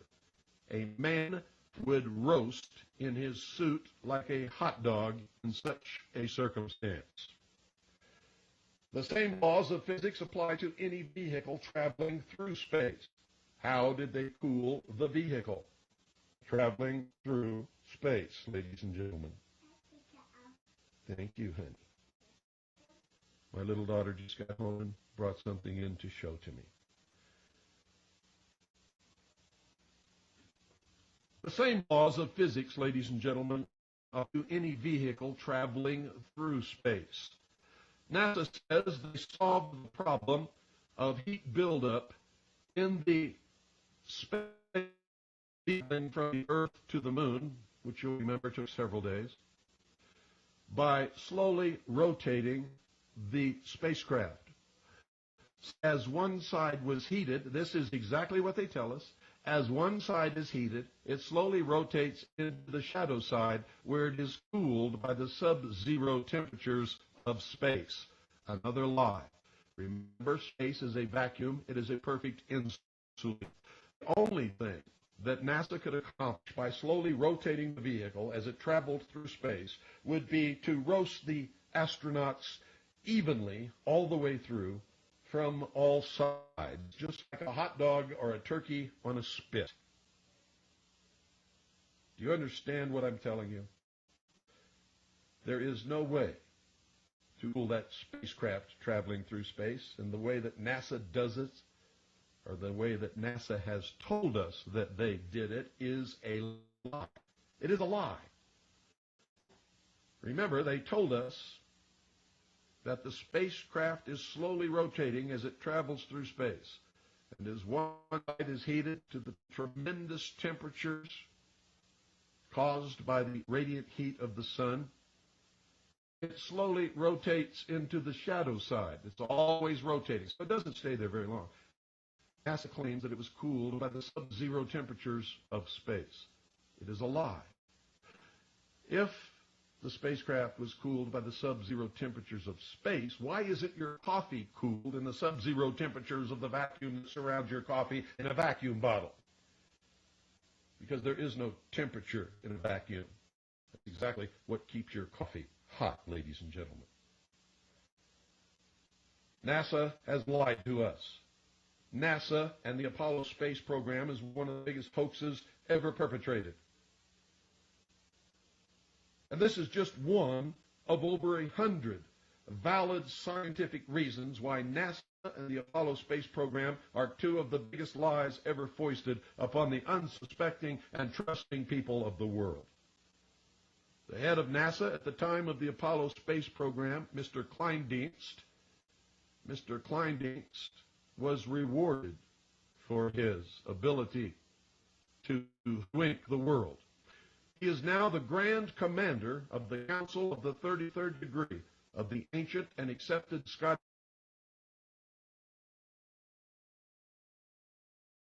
Freemasonry of almost all of the Freemasons in the world.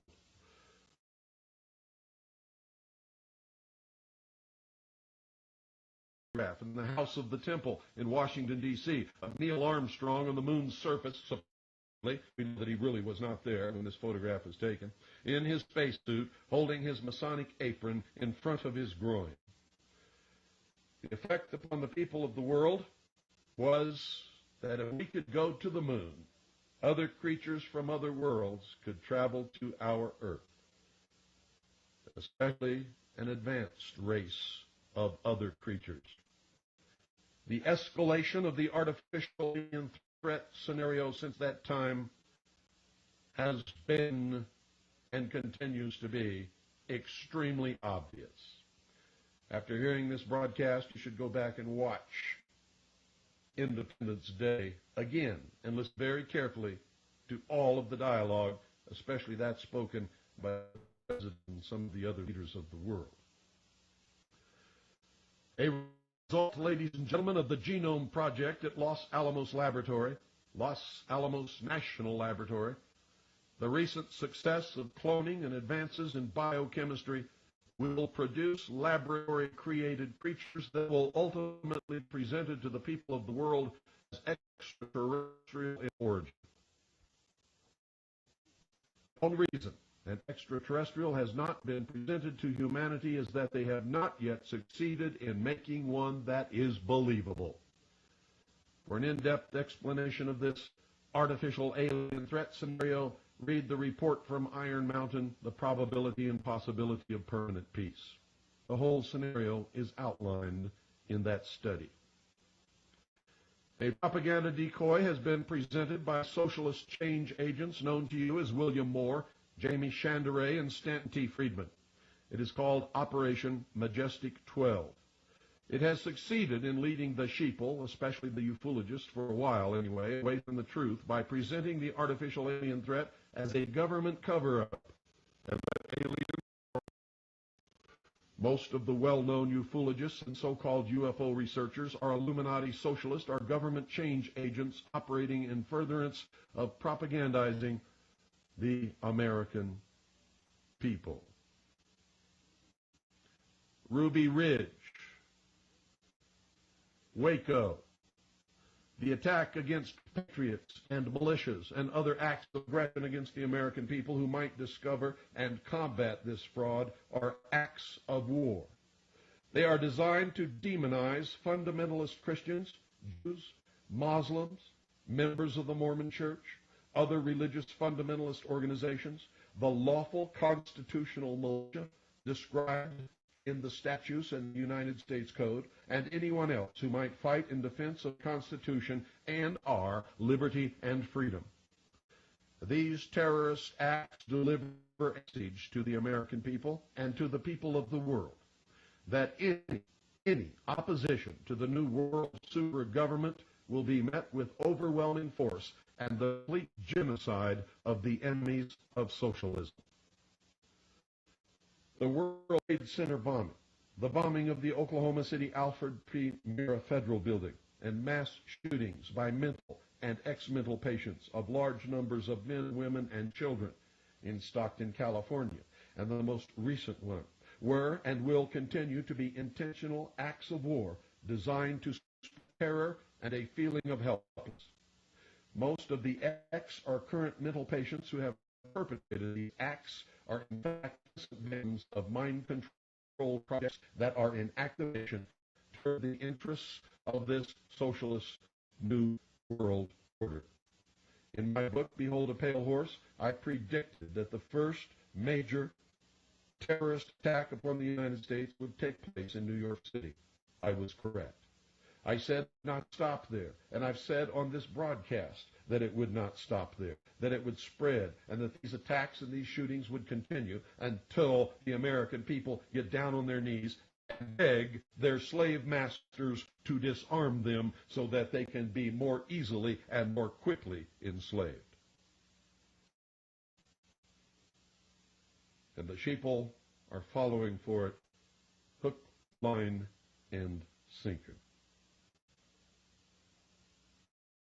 In fact, ladies and gentlemen, and it is a fact, the FBI, the Federal Bureau of Investigation, orchestrated the attack upon the World Trade Center, teaching the terrorists how to drive the van. They taught the terrorists how to build the bomb. They placed it in the building and detonated the bomb.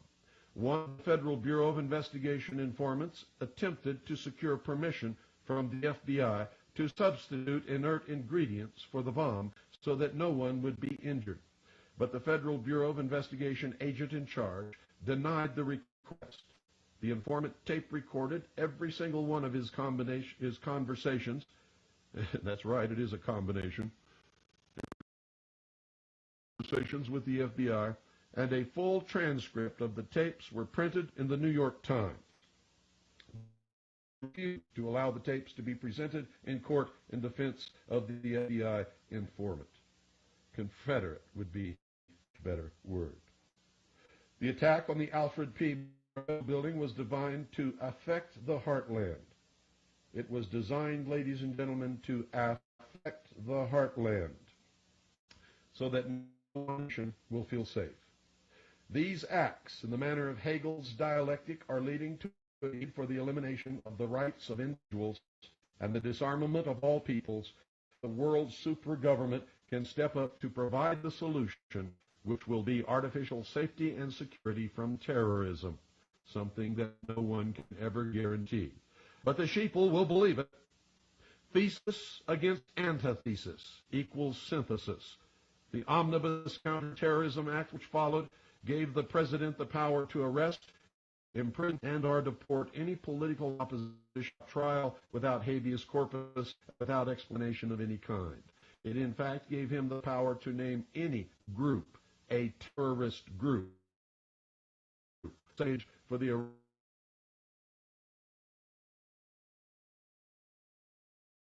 without benefit of any kind of trial, with a possible result of deportation to a foreign country, and without explanation to anybody, by anybody.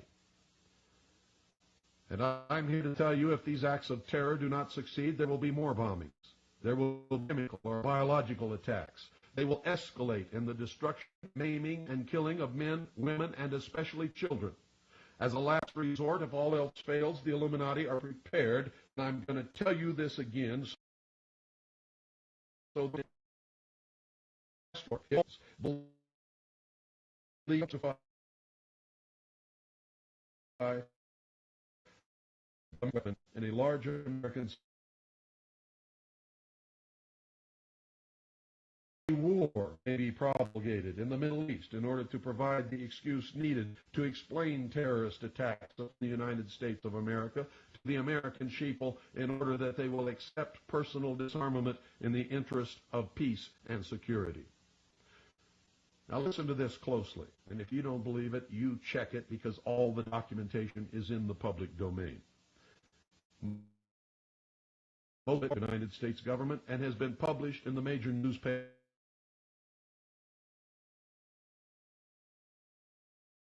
agency. Saddam Hussein was put in power in Iraq by the Central Intelligence Agency under George Herbert Walker Bush, who later became the President of the United States of America, and led the United States in a war called Desert Storm against Saddam Hussein and Iraq, making sure to Saddam Hussein. The United States armed Iraq and gave Saddam Hussein the technology and scientific knowledge to create weapons of mass destruction. Saddam Hussein functions as the big boogeyman of the world, or the Antichrist, if you will, and the stage was set in a film narrated by the same man who on the Mercury Theater presented the War of the Worlds in 1938, called The Late Great Planet Earth, in which an Antichrist was presented as a man from the Muslim world. Incredible, ladies and gentlemen, in this film, he looks exactly like Saddam Hussein. Saddam Hussein functions as the Antichrist, or the big boogeyman of the world, so that the United Nations can see authority over the so-called sovereign nations, which, by the way, are not sovereign anymore. And that is why Saddam Hussein was not killed during the Gulf War, and that's why he won't be killed in any future Gulf War. His purpose as an Antichrist to create. The answer, of course, will be the destruction of national sovereignty worldwide, the establishment of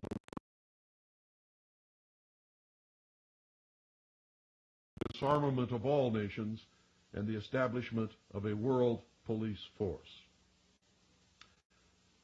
The terrorist attacks, ladies and gentlemen, which will be launched in the United States will be blamed upon Middle Eastern religious fanatics, Christian fundamentalists, white supremacists, patriots, or militias.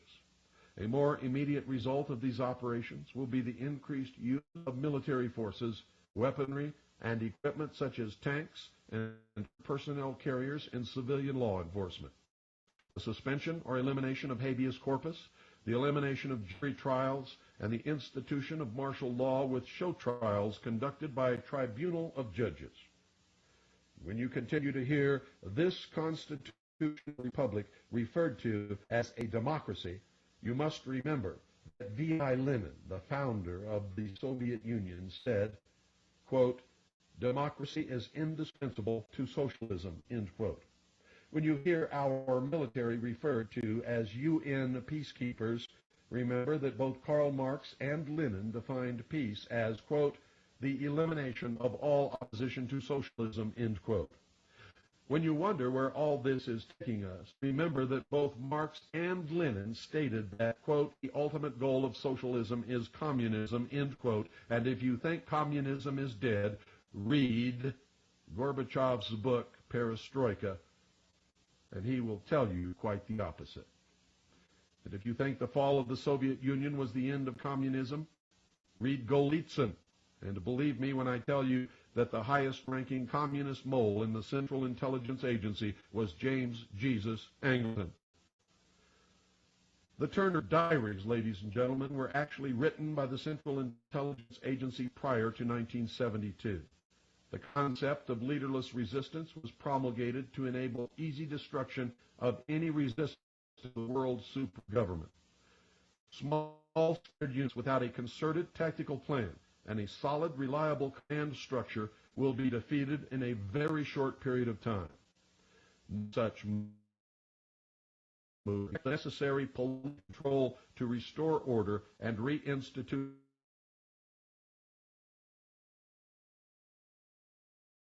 Let me say that again so that it sinks through some of the thick heads out there. The concept of leaderless resistance was promulgated to enable easy destruction of any resistance to the world super government. The Turner Diaries also branded anyone who used such a tactic as racist terrorists. Small scattered units with a tactical plan and a solid, reliable command structure will be defeated in a very short period of time. No such movement could ever effect the necessary political control to restore order and institute government of any kind, even if they managed to win the war.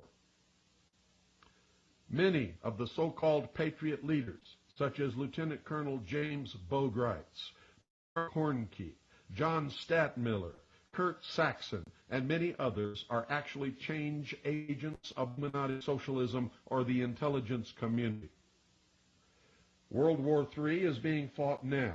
It is being fought with information warfare using very sophisticated mind control techniques, propaganda, disinformation, intimidation, fear, and manipulation. It is, in fact, a usually war, mostly with silent weapons. But before long, ladies and gentlemen, I guarantee you it will become very loud and very destructive. Ordo ab chao dictates that the old order be completely and thoroughly destroyed before the order can be established. How do they do this? Well, many of you follow some of these change agents, believing that they're on your side, looking up to them as heroes, thinking that they're telling you the truth. But, ladies and gentlemen, nothing could be farther from the truth.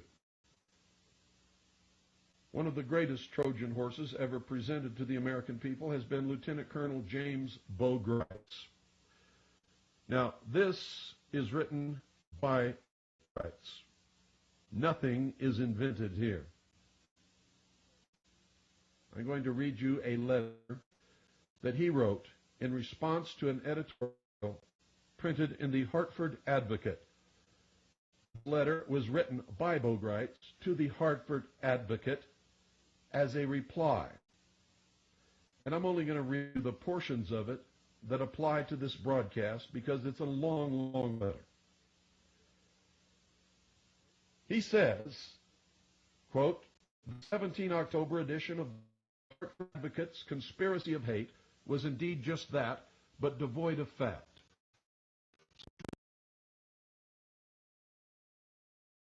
Copies from all over the United States. It is unfortunate that the Advocate printed this extensive cover article without so much as a phone call to me. This was irresponsible and insupportable journalism, unless the purpose of the publication is to provide the public with fish wrap. The article cast me as a militia-leading, government-hating, anti-Semitic racist supporter of the Ku Klux Klan and neo-Nazis, all of which is a blatant lie. In accordance with United States Codes 10 and 32, which define the unorganized militia, let me say that again so that there's no mistake here, define the unorganized militia as a regular, listen to me very carefully, makes a confession here, as a regular United States Army officer on retainer with pocket orders. I cannot be a member of a militia. I neither belong to nor lead any such organization. Neither do I support fear of black helicopters, United Nations, or extraterrestrial invasions. I have steadfastly done everything in my power to dissuade anarchist militia activity and debunk people who advocate violence. Now, what's important there, ladies and gentlemen, is that he has been telling us for years that he resigned his commission as a regular United States Army officer. He lied. Here he admits he is a regular United States Army officer on retainer with hip pocket orders, which means, ladies and gentlemen, he is an undercover agent of the United States government. He has lied about his religion. To Pete Peters, he said he was a member of the Christian Identity Church. Do you know what that means, ladies and gentlemen? That's British imperialism. Those are the people who believe that they are the true Israel and that every other race is inferior to them and that they are destined to rule the world. Greitz goes on to say, quote, I am a member of the Jewish Defense League's San Francisco chapter. I believe the fate of America is linked to Israel. For that reason, I am a long-time The Forward subscriber. Now, if you don't know what the Jewish Defense League is, ladies and gentlemen, it is a militant, racist arm of international Zionism. It is not a normal organization. Most Jews in this world are just like all other people. They don't know what the hell's going on any more than any of us ever did before we did our research or before, like me, got placed in a position where we discovered it and then spent many years researching to find out what it all meant. As quote, I am a member of the Jewish Defense League San Francisco chapter, end quote. This is a man who told the people in Sedona, Arizona, that he's tried all the different churches and never found one that he could believe in. I bet he didn't tell that to the church that he's been a member of for many years, the Church of Jesus Christ of Latter-day Saints. One day on his radio program, he told everybody that he had left the Mormon church, didn't want to be a member of it anymore, didn't believe in its religion, and then began on the radio talking about how he is his son for past life regression and how he believed in reincarnation and all of the New Age movement things.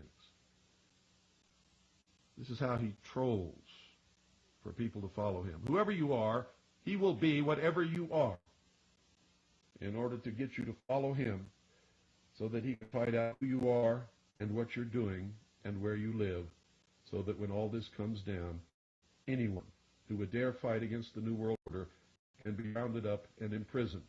And when the key is turned in the lock, it will be Lieutenant Colonel James Boatwright who turns that key.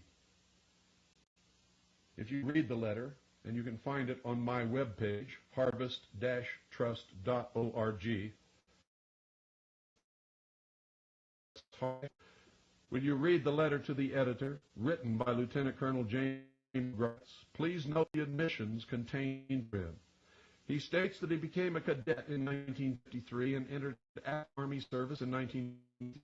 He admits that he is now, at this time, as I speak, a regular United States Army officer on retainer with hip pocket orders.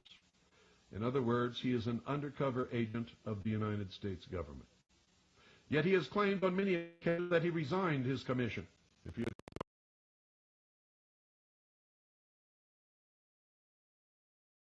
in uniform. You want to know?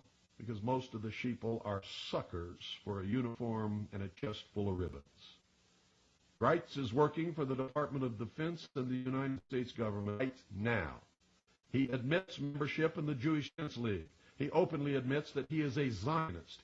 He has claimed to be a Mormon Christian identity, Christian, and during one memorable moment while lecturing in Sedona, Arizona, Greitz claimed to have tried all religions, but had never found one in which he could believe. There is nothing, folks, listen to me, there is absolutely nothing wrong with being in the military or with being a member of the Jewish Defense League. There is, however, a great deal wrong with lying to the American people. There is nothing wrong with being a member of the Mormon Church. There is nothing wrong with being a member of the Christian Identity Church. There is nothing wrong with being an atheist and saying that he's never found a religion that he can believe in, if that is true and if he's being honest with everybody. I believe in freedom, and we all have the freedom to belong to whatever organization or whatever church we want to belong to. I have served in the military service of the United States of America, first in the Air Force and then in the Navy. So understand that I am not criticizing him for these things. What I am criticizing him for is lying to the American people, repeatedly lying over and over and over again, while all the time he is a paid undercover agent of the United States government, by his own admission. Now, Zionists believe they are a superior race, chosen by God to rule the world in a one-world government with the capital in Jerusalem. Zionists believe all other people are inferior. Zionism is Christian identity, British Israelism, radical Judaism. Most Zionists are white Christians and Orthodox Messianic Jews. Most Jews are not Orthodox, are not Zionists, but are secular in their religious beliefs. Harvest Trust, over the years, in our investigations, have determined that Greitz is a 32nd degree Freemason of the Scottish Rite of Freemasonry of the Southern jurisdiction. His photograph appeared on one of the covers of a very prominent Patriot magazine. On his hand, he is wearing the ring of the 32nd degree of the Scottish Rite of Freemasonry. He is an FBI informant, was called to help the FBI at Ruby Ridge. He was called by the FBI and was working for the FBI and wore a wire the whole time in every conversation that he had with Randy Weaver. He is an active undercover agent for the Special Operations Group of the Department of Defense as an integral member of a project called Trojan Horse. Now remember, you heard all this from William Cooper years ago, and you're hearing it again because now we have it in his own words in a letter that he wrote, which we got off of his webpage. And just to make sure that we were doing the right thing, we got a copy from the newspaper which he wrote it to and who printed it on the editorial page. World War III is being fought now. It is being fought with information warfare, using very sophisticated mind control techniques, propaganda, disinformation, intimidation, fear, and manipulation. It is, in fact, a usually quiet war being fought mostly with silent weapons. But before long, it will become very loud and very destructive. Ordo ab chao is the motto of the higher degrees of this order. And it states that the old order be completely and thoroughly destroyed before the new order be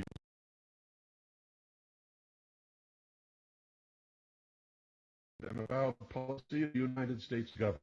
The United States created the United Nations. The United States State Department wrote the policy in the document known as State Department Communication 7277, which includes an introduction by President Truman, 33rd degree Freemason, which admits the United States world government policy.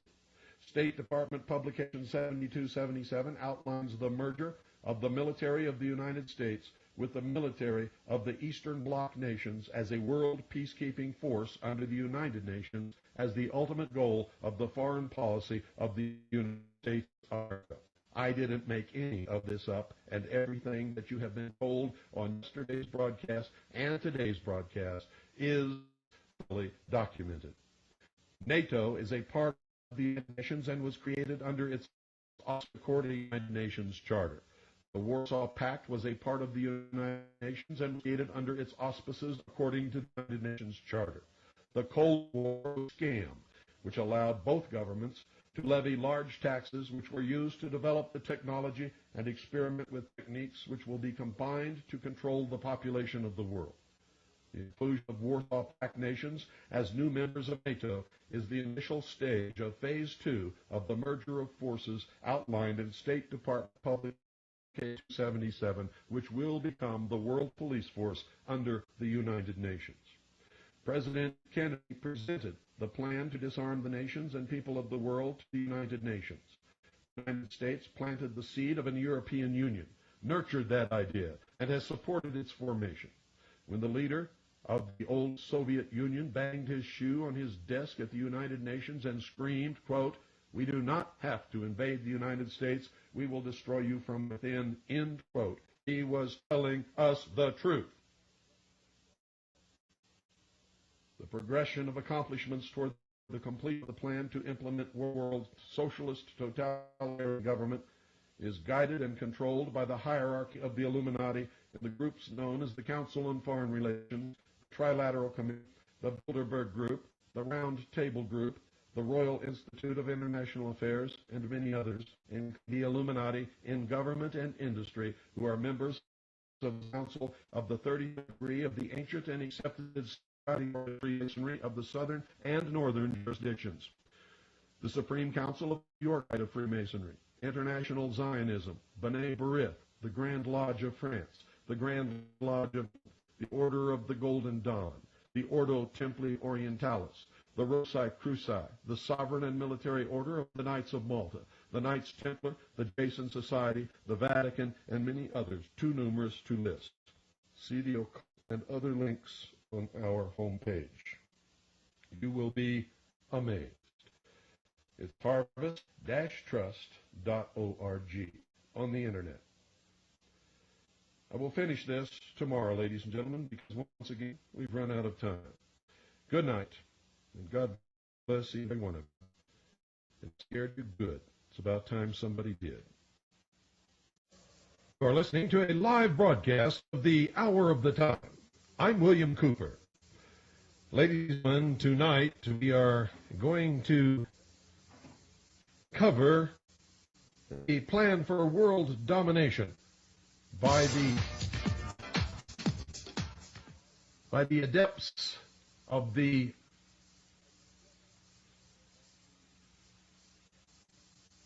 hidden mystery religion, which is called Mystery Babylon. It is an ancient body of adepts of the highest degrees of all of the so-called fraternal orders and secret societies. They have been attempting over many hundreds of years to complete what they call the great work. And ladies and gentlemen, we're in the last days of their bringing to fruition the culmination of all of their machinations and intrigue and subterfuge and subversion, all of those years. The plan as I saw it when I was a member of the Office of Naval Intelligence, and specifically a member of the intelligence briefing team of the Commander-in-Chief of the United States Pacific Fleet, is Majesty 12. No separation between the two words. In other words, written as if it's all one word, in all capital letters. So don't go away. Make sure you have pen and paper by your side and pay very close attention. Well, as we have done the day before, yesterday, I'm going to back up a little bit and repeat some of what you heard yesterday so that there is no misunderstanding. And just in case somebody new is tuning in, they won't get all of it because they've missed the first 2 hours of this expose. But they will at least understand the topic of conversation today. In other words, we're not going to come right in the middle of something, ladies and gentlemen. If I sounded a little remote at the beginning of this broadcast, it's because the equipment here was not operating properly. And I was attempting to talk to you while half of my attention is trying to make sure that the equipment is operating correctly. So that's why I may have sounded a little distant in the beginning of this broadcast. Folks, make sure you have pen and paper. You're going to want to remember some of this. Many of you are probably by now. You're certainly going to want to check up on all of it and prove me wrong. And I certainly encourage you to do that. And if anyone can prove me wrong, any of the information that I have given you over this broadcast, then I want to know about it, because I certainly want to check your proof. And I don't expect you to just call me and rail on me and say that I'm wrong. If you furnish me with proof and you're polite and responsible, I will certainly check out what you tell me or what you show me. And if you turn out to be right, I will come on the air and will correct whatever mistake I have made. Nothing that I'm giving you is intended to mislead you. None of it is disinformation or false, according to all of the research that I've done and the documentation that I have, and what I saw while a member of the Office of Naval Intelligence many years ago, and specifically as a member of the intelligence briefing team of the Commander-in-Chief of the United States Pacific Fleet. Everything that I'm telling you is absolutely true, correct, is documented and sourced, is the product of not only what I saw in many, many years of research, not only by me, but members of all of the organizations which I head and other prominent researchers throughout the country and even the world. So this doesn't just come from me, ladies and gentlemen. It comes from many people. We must duplicate the research in order to make sure that we are correct. And you had better take heed, folks, because an awful lot of work, many years, a lot of risk and exposure to danger and hurt, terrible hurt, is the result of the information that we have discovered. Some of us have been attacked, beaten. Some of us have been killed. Some of us have been terribly slandered, libeled, in order to keep the public from learning what I have been delivering to you over the last 2 days and will continue in this broadcast today. Most of you have no conception of what the reality of the world on a political, social, and economic level really is. You're wrapped up in your families and in your work, and you think that's all that you need to do because you've elected somebody that you trust and you've sent them off to represent you. And they will never do you wrong. And it can't happen here in the United States of America. But folks, you're wrong, and that's exactly why it is happening, because you want to admit it or not, or whether you like it or not, you have abdicated your responsibility as the watchdog, as the sovereign citizen in this country. And so those who can be corrupted have been corrupted. Those who would not be corrupted have been framed, have been libeled, have been slandered, have been shunted to the side, shifted out of government over the years. This may shock you, ladies and gentlemen, but it is the truth. Listen to me very carefully. A one-world socialist government is the stated and avowed policy of the United States government. The United Nations didn't spring up out of some bubbling pool of goo back in some swamp somewhere. The United States created the United Nations. If you don't believe that, you get into your history books and you'll find it absolutely true. And the members of the United States government that we sent to create the United Nations and participate in the writing of the United Nations Charter later were arrested, tried, convicted, and were sent to prison as members of a subversive group of spies acting on behalf of the Soviet Union, members of the Communist Party, the most prominent, to which were Mr. Chambers and Mr. Alger Hiss. The United States State Department wrote policy in the document known as State Department Publication 7277, which for those of you who have not seen it, includes an introduction by President Truman, who was a 33rd degree Freemason of the Scottish Rite, which admits the United States government's world government policy. State Department Publication 7277 further outlines the merger of the military of the United States with the military of the Eastern Bloc nations, what used to be known as the Warsaw Pact or the Soviet Union, as a world peacekeeping force under the United Nations as the ultimate goal of the foreign policy of the United States of America. NATO, that's the North Atlantic Treaty Organization, NATO, is a part of the United Nations. It is not a separate force, and it is not a force of the United States of America. NATO is a part of the United Nations and was created under its auspices according to the United Nations Charter and at the approval of the United Nations Security Council. It's all in the treaty, ladies and gentlemen, which you have never read. The Warsaw Pact was also a part of the United Nations and was also created under its auspices according to the United Nations Charter. The war was a scam perpetrated between two military organizations, NATO and the Warsaw Pact, in order to create a diversion, an illusion, if you will. You see, they both belong to the same organization, the United Nations. They were both overseen, run by, ruled by the United Nations and the United Nations Security Council. There was never any danger of war between the United States of America and the Soviet Union.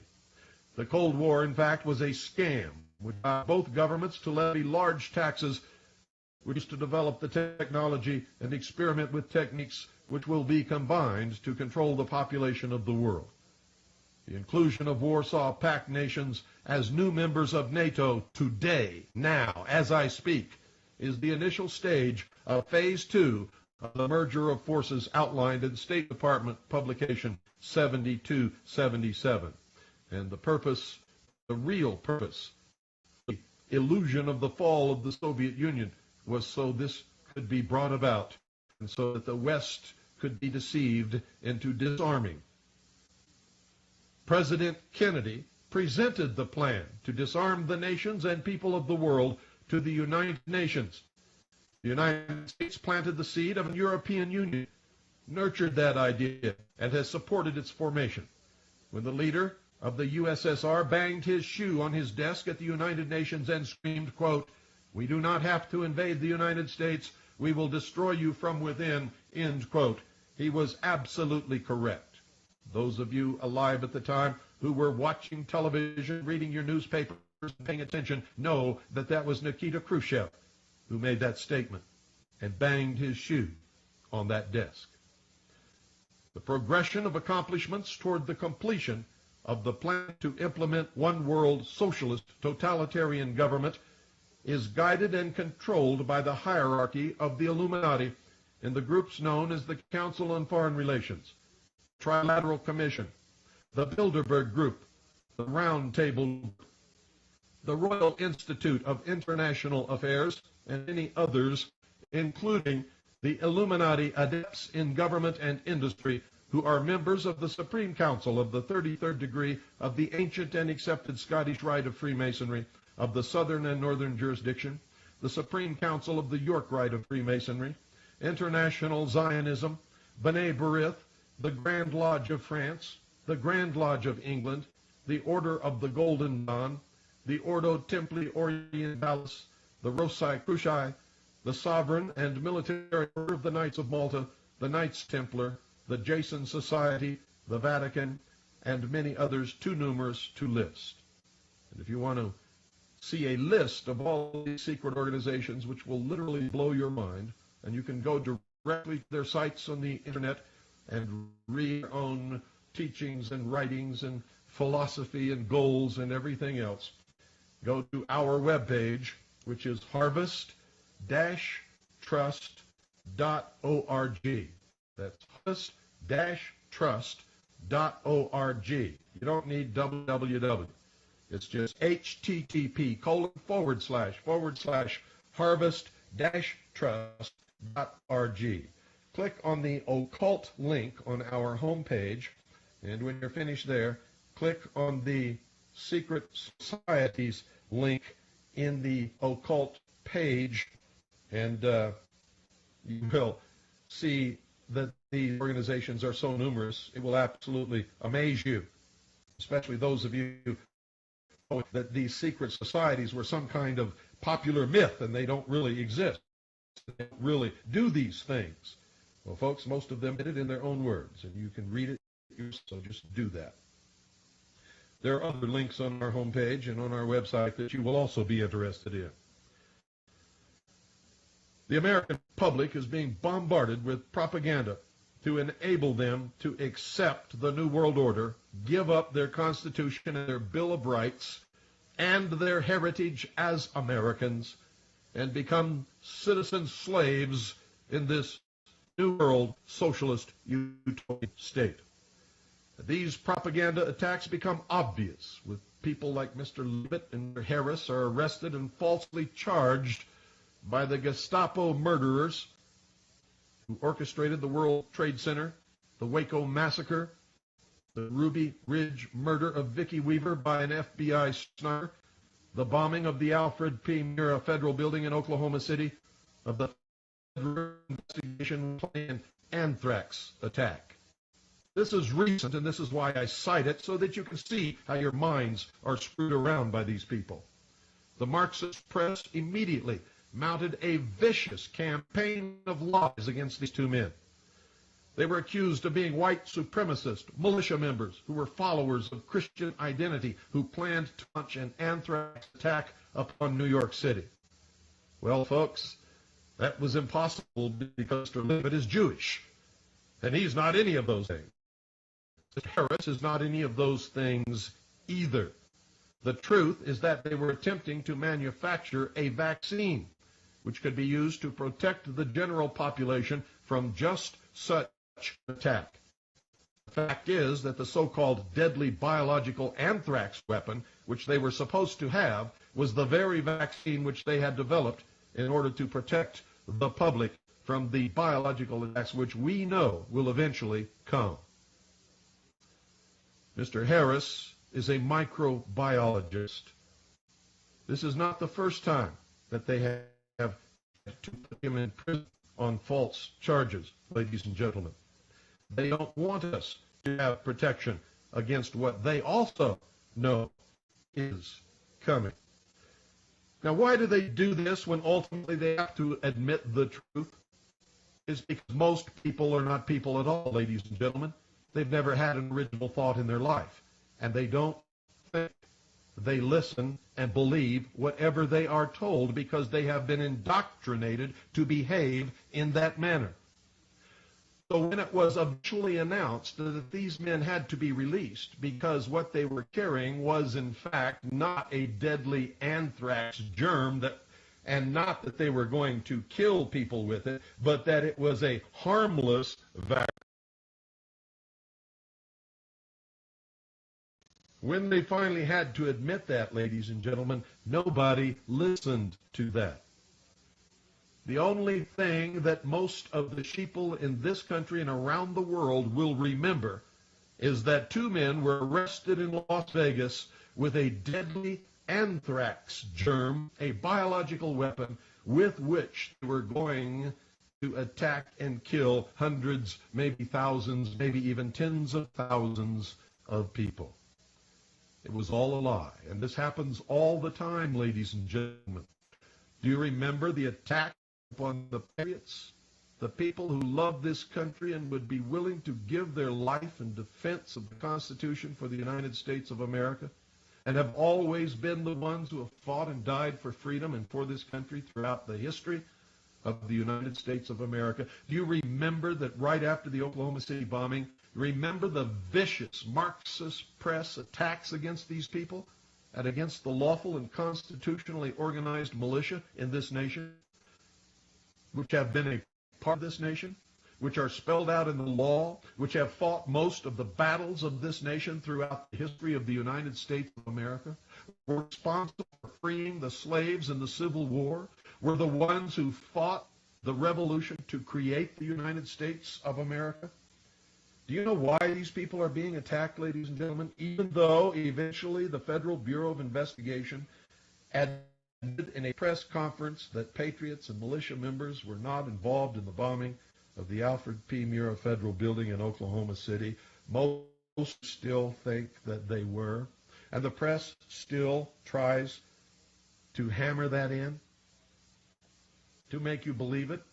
Just last Sunday, ladies and gentlemen, on CNN, they did a special, ladies and gentlemen, about a man in Utah who would not stop for a police officer, a man who has a long history of being a Nazi, a real Nazi, and of making statements that he would love to kill the FBI and all kinds of other things.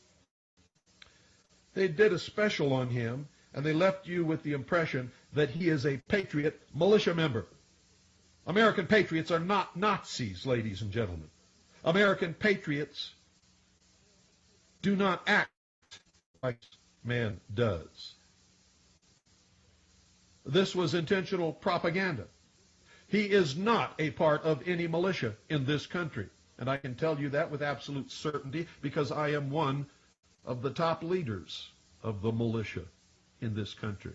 In fact, I am the director of the intelligence service of the 2nd Continental Army of the Republic Militia.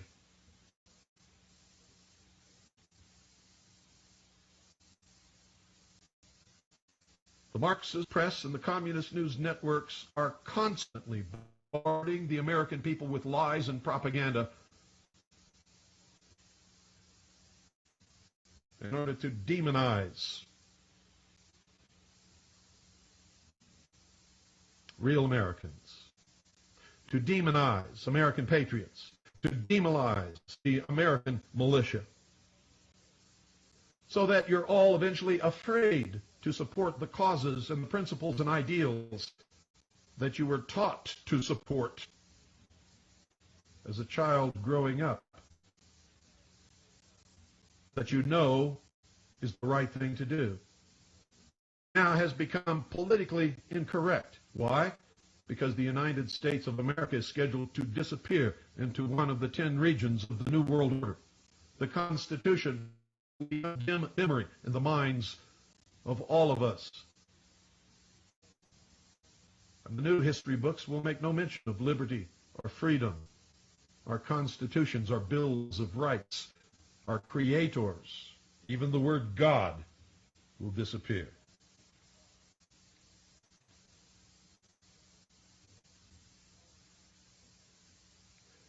Politicians, ladies and gentlemen, are controlled through the accumulation of dossiers by the Federal Bureau of Investigation, by the way, which has absolutely no constitutional foundation or authorization for its existence.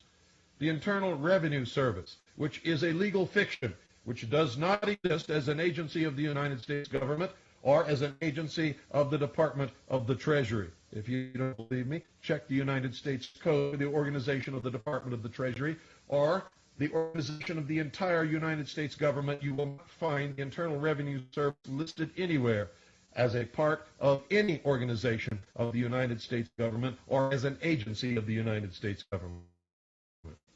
The Central Intelligence Agency, the Mossad, MI6, which is British foreign intelligence, the Anti-Defamation League of the secret society known as B'nai B'rith, the KGB, and other Illuminati-controlled organizations.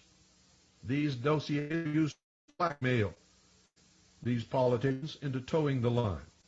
Those who do not have evidence in their past that allow control by blackmail are put in positions by one or more of the above organizations that know how to manipulate human nature better than you can possibly even imagine. And it results in one or more incidents which will allow control by blackmail of these people.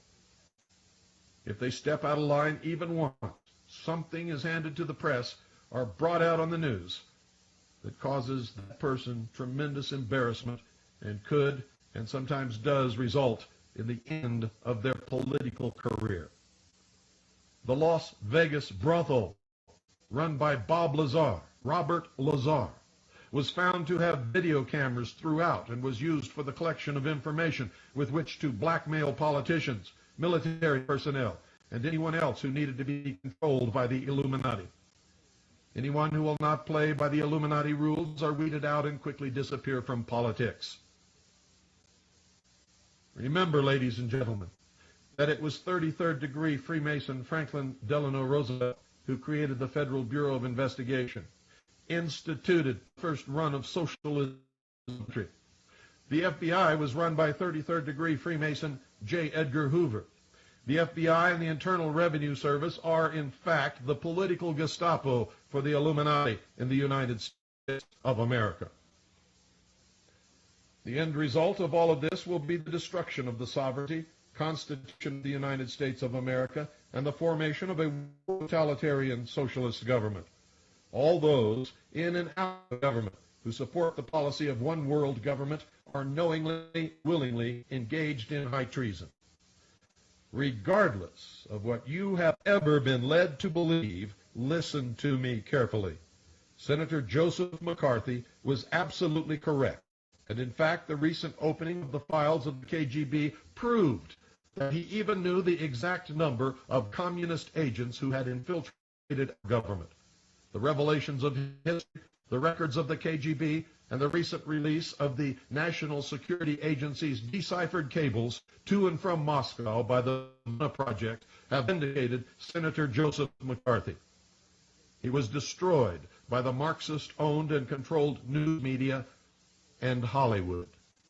The branding of anyone who dared to expose communists and their goal of the ultimate destruction of the United States of America as McCarthyites secured the opening of our government to the subversive agents.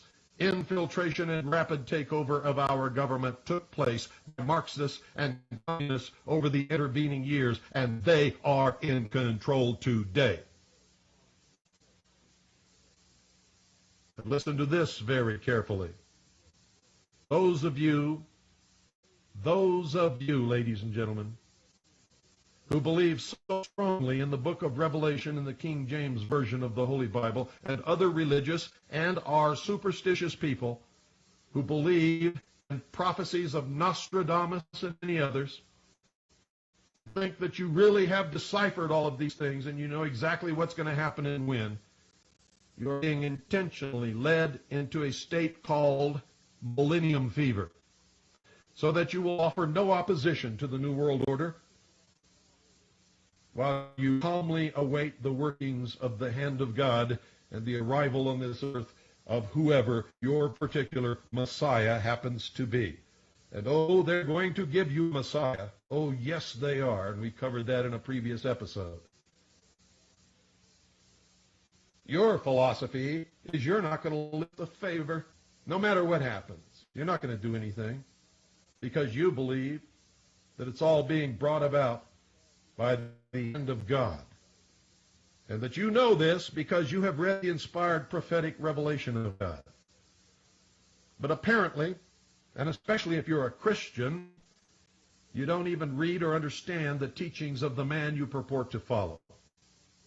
Jesus said this, and I'm paraphrasing it, but I'm absolutely accurate, that when you think he is coming, he will not be here.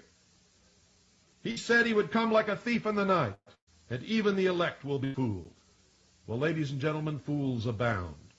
I see books all over the place purporting to be explaining to you what's going to happen in the near future, deciphered from the prophecies of Nostradamus, all telling you what I'm telling you, but telling you that you cannot resist it because it is the fulfilled prophecy, the prophetic revelation of God. Well, it's not. It's being brought about by flesh and blood men who are creating events to make you believe that it is the fulfilled prophetic revelation of God, so that you will be rendered impotent, harmless. You will not lift a finger against what is coming. Nostradamus wrote his quatrains in a code has never, ever been deciphered by anyone. Never. Understand that. Remember what he said. Even the elect will be fooled. That is also repeated in the book of Revelations. Even the elect will be fooled. And I know that most of you think you're the elect, and I can tell you right now, you have definitely been fooled. And there's more, ladies and gentlemen, much, much more, as you will come to realize on your own over the coming months and years, especially if you have listened to these broadcasts beginning Monday and continuing through today. You will be able to recognize things now that you could not recognize before. The news will make more sense to you, and you will begin to understand what's happening in the world and why. You wonder how all this comes about. Well, it's pretty simple, folks. And if you don't believe me, believe the President of the United States of America, President Woodrow Wilson. He said this, quote, "There's a power so organized, so subtle, so complete, so pervasive, that they had better not speak above their breath when they speak in condemnation of it." End quote. Woodrow Wilson said that, President of the United States, trying to give us some idea of what is happening. Those of you who think that history is boring, you're going to find the future extremely exciting because you thought history was boring, because those who do not know history are doomed to repeat it. History is replete with whispers of secret societies, accounts of elders or priests who guarded the forbidden knowledge of ancient peoples, prominent men meeting in secret who directed the course of civilization are in the writings of all people. Plato spoke of his initiation in the Great Pyramid at Giza, where he went in and came out a god. Do you understand what I'm telling you? The oldest of these is the Brotherhood of the Snake, also called the Brotherhood of the Dragon, and it still exists under many different names. The Brotherhood of the Snake is devoted to guarding the, quote, secrets of the ages, end quote, and to the recognition of Lucifer as the one and only true God. Now, of course, that's a metaphor, ladies and gentlemen. If you do not believe in God, Lucifer, or Satan, you must understand that there are great masses of people who do and believe in and follow the metaphor which they represent. I don't believe in racism, but millions do, and their beliefs and actions based upon those beliefs will always affect me. Especially me, because I'm married to a Chinese woman, and we are the brunt, the target of racist attacks. We know all about it. And whether I believe in it or not, it still affects me, because somebody else does. So don't dismiss something because you don't believe in it. If somebody else believes in it strongly, especially a lot of people, it's going to affect you, especially if they come in to any power whatsoever. It is clear, ladies and gentlemen, that religion has always played a significant role in the course of these organizations.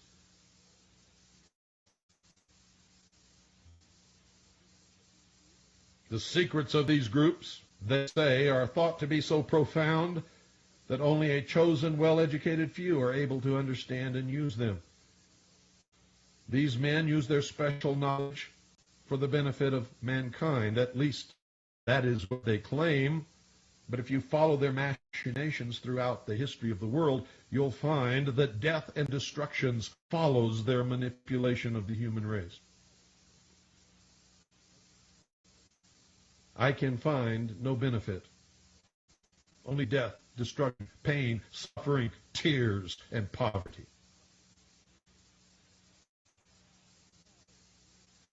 And how can we take their word for anything?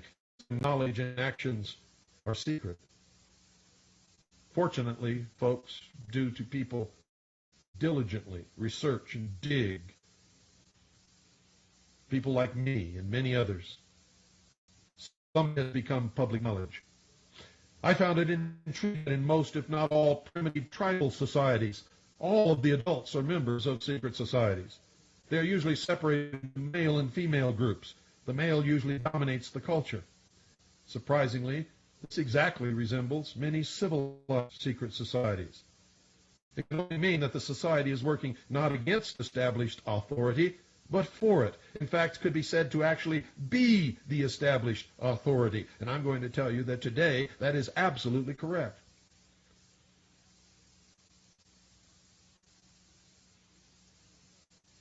This would tend to cause some to remove the validity of any argument that all secret associations are dedicated to the destruction of properly constituted authority. This can only apply, of course, where the secret society makes up the majority or entirety of the people which it affects, but only a very few fall into this category. It does not apply to us. Secret societies, ladies and gentlemen, in fact mirror many facets of ordinary life. There is always an exclusivity of membership, with the resultant importance attached to being or becoming a member. Remember high school? Remember the popular clique? This is found in all human endeavors, even those which are not secret, such as football teams or country clubs. This exclusivity of membership is actually, ladies and gentlemen, one of the secret society's most powerful weapons. There is the use of signs, passwords, and other tools. These have always performed valuable functions in man's organizations everywhere. The stated reason, almost always different from the real reason for the society's existence, is important. It can be anything, but is usually fraternal and is found in all pressure groups wherever people congregate. Members of the clique or the brotherhood receive special favor. They receive contracts when others do not. They win legal battles in courts of law, sometimes apparently for no lawful reason. The comradeship is especially important. Sharing hardships or secrets has always been a special thrill to man. It's why gossip spreads throughout a neighborhood or a community so quickly. No one who has ever undergone the rigors of a military boot camp is ever likely to forget the special feeling of belonging and comradeship that was shared between the victims of the drill sergeant or company commander. It is an emotion born of initiation. The most potent tool of any secret society is the ritual and myth surrounding initiation. It is also a teaching tool, but only for those who can decipher the specific meaning of the symbols involved in the rituals. These special binding ceremonies have very deep meaning and cause a long-lasting bond between the participants. Initiation has several functions which make up the heart and soul of any true secret society. Like a military boot camp, the initiation into the armed forces, important aspects of human thought that are universally compelling are merged to train and maintain the efforts of a group of people to operate in a certain specific direction. Initiation bonds the members together in mysticism. Neophytes gain knowledge of the secret, giving them special status, they think. The ancient meaning of neophyte is planted anew or reborn. A higher initiation is in reality a promotion, inspiring loyalty and the desire to move up to the next rung. The goals of the society are reinforced, causing the initiated to act toward those goals in everyday life. That, ladies and gentlemen, that brings about a change in the political and social action of the member. The change is always in the best interest of the goals of the leaders of the secret society. These leaders are known as adepts, or priests. This can best be illustrated by the soldier who is trained to follow orders without thinking. The result is often the wounding or death of the soldier for the realization of the commander's goal, which may or may not be good for the overall community, and certainly was not any good for the soldier.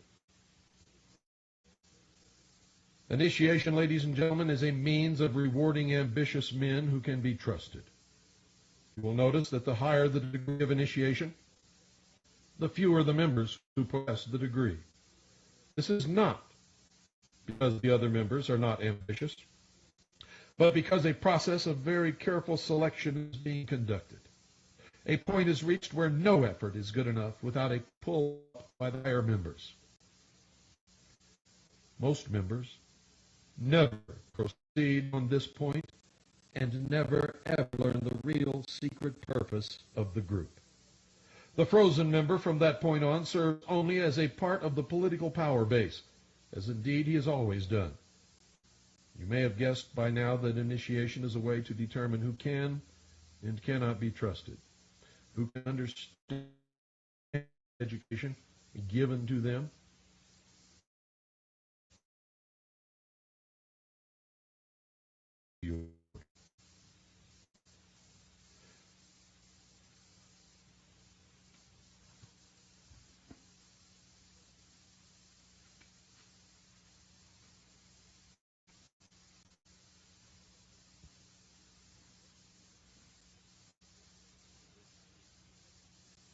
The mystery is that religion is but a tool to control the masses.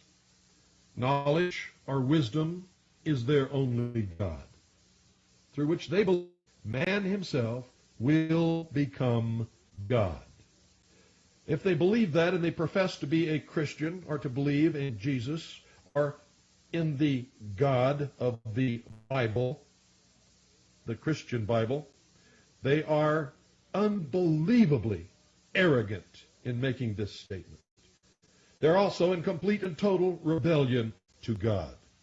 For what did God say? He said, there is no other God but this God.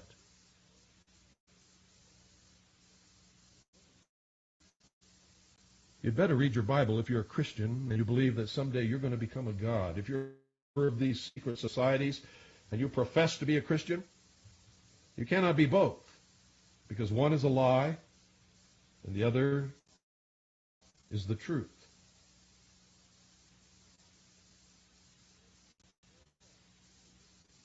No part, ladies and gentlemen, if you believe that there is a,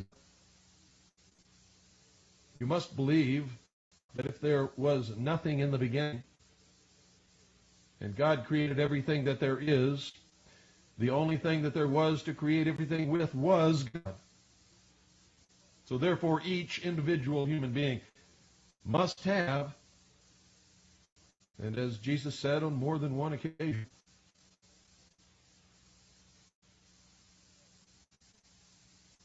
a part of that divine substance within. That has to be the case. If you believe that in the beginning there was nothing except God, and He created everything from what there was, which is Himself. But understand this, no part can ever be equal to or greater than the whole. No small portion can ever stand up to be equal to or to be God. Understand that. And I don't care who you are, if you really believe that you're going to become God as man, according to the philosophy, the Luciferian philosophy of the mystery schools, you have deluded yourself. You have been deluded. And someday you're going to understand just exactly how much you've been deluded. Shirley MacLaine ran along the beach, shouting into the wind, I am God. Shirley MacLaine gets up in the morning just like every other woman on this earth. She looks in the mirror and she says, another wrinkle. Oh, no. And she cakes her face with makeup to hide it all because she's getting older. She cannot create a universe, never will create a universe. She's going to grow old and she's going to die. In the meantime, she has to pay her rent and her bills, and she has to make enough to make sure that she can. She has to get along with her neighbors and with society as a whole. She may have fooled herself, or somebody else may have fooled her. But I have not been fooled. Shirley MacLaine is not God. And neither are you, and neither am I. And not a single person listening listening to the broadcast are out of earshot of this broadcast, not one human being is ever going to be God. Period. End of subject. It is the height of insolence and arrogance to even consider that such a thing could happen.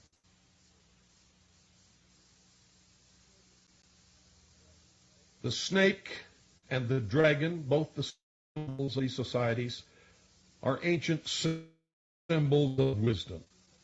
Lucifer is nothing but the personification of the symbol, the metaphor, so to speak. In the Bible, it was Lucifer who tempted Eve to entice Adam to eat of the tree, or the fruit of the tree of knowledge, and thus free man from the bonds of ignorance according to their belief. Now remember, the worship, which is a lot different from study of knowledge, science, or technology, is Satanism in its purest form. And its god is Lucifer. Its secret symbol is the all-seeing eye in the pyramid.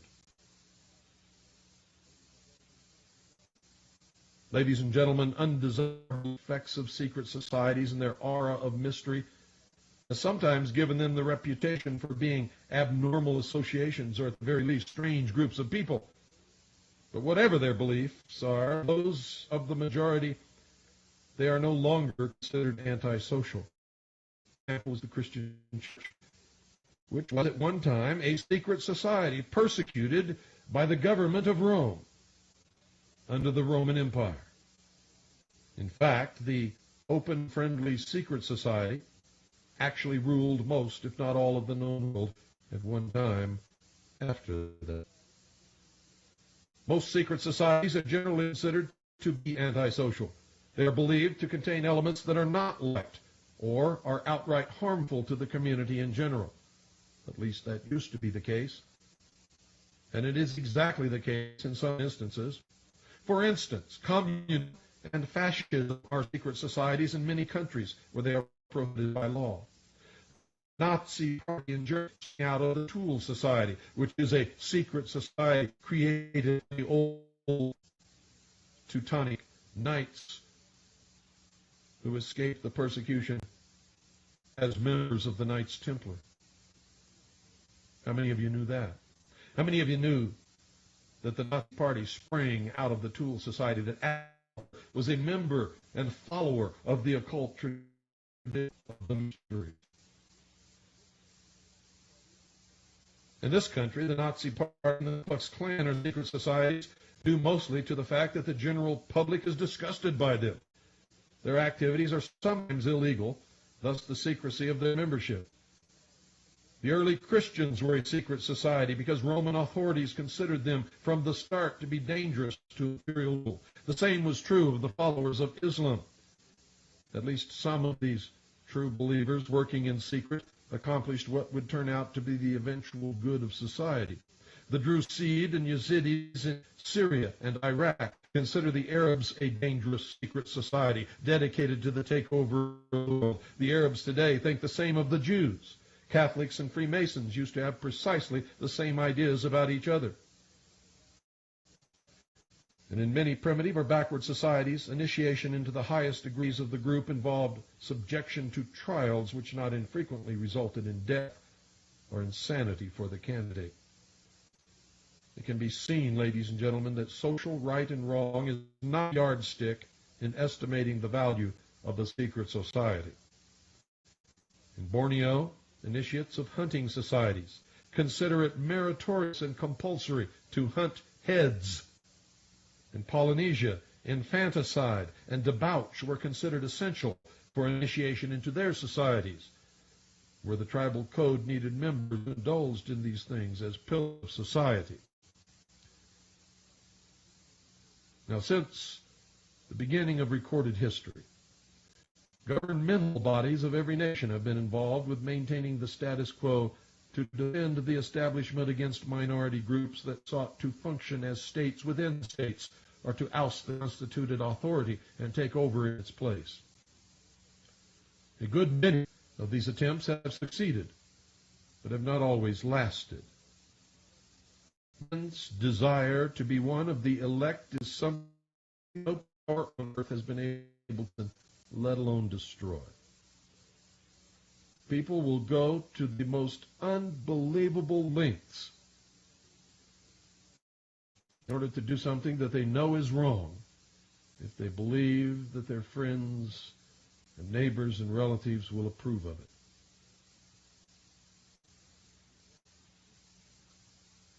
It is one of the secrets. It's what gives them political base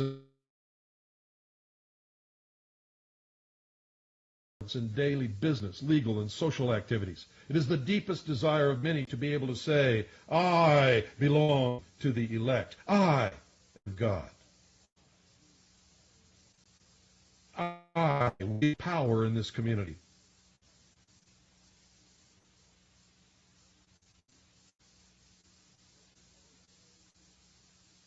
The most important of all of these dragon, and simply known as the mysteries.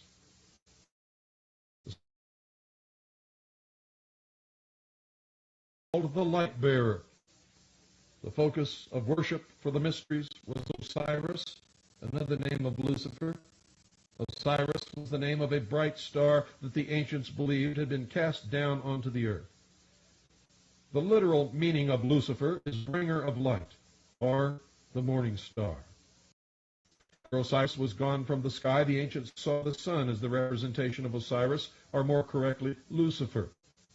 Osiris represented by the sun. That's a quote from Albert Pike. Isaiah 14, verse 12, How art thou fallen from heaven, O Lucifer?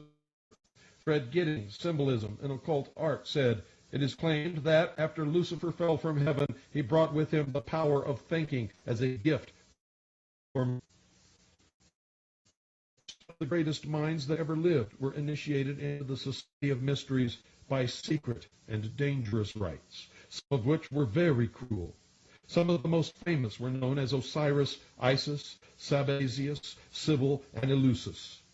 Plato was one of these initiates, and he describes some of the mysteries in his writings. Plato's initiation encompassed 3 days of entombment in the Great Pyramid. None of the pyramids were ever, ladies and gentlemen, they were always from the beginning temples of initiation.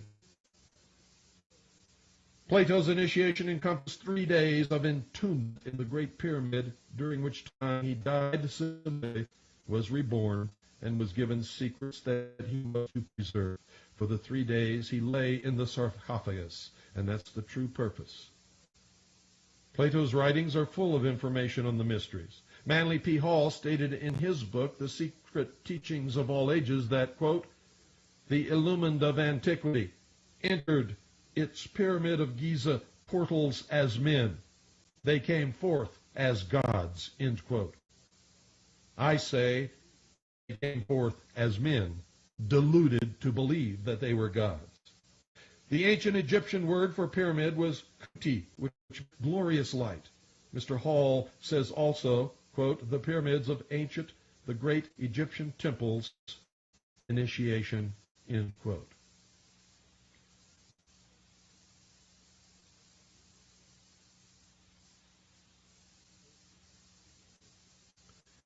The first secret, ladies and gentlemen, that one must know to even begin to understand mysteries is that their members believe that there are but few truly mature minds in the world. They believe that those minds belong exclusively to them. And so, they believe that all of the rest of us are nothing but stupid animals. To be shepherded, to be sheared, and if necessary, and when necessary, to be led to the slaughter. I hope that these last 3 hours have caused you to become illumined. Good night, ladies and gentlemen, and God bless each and every single one of you.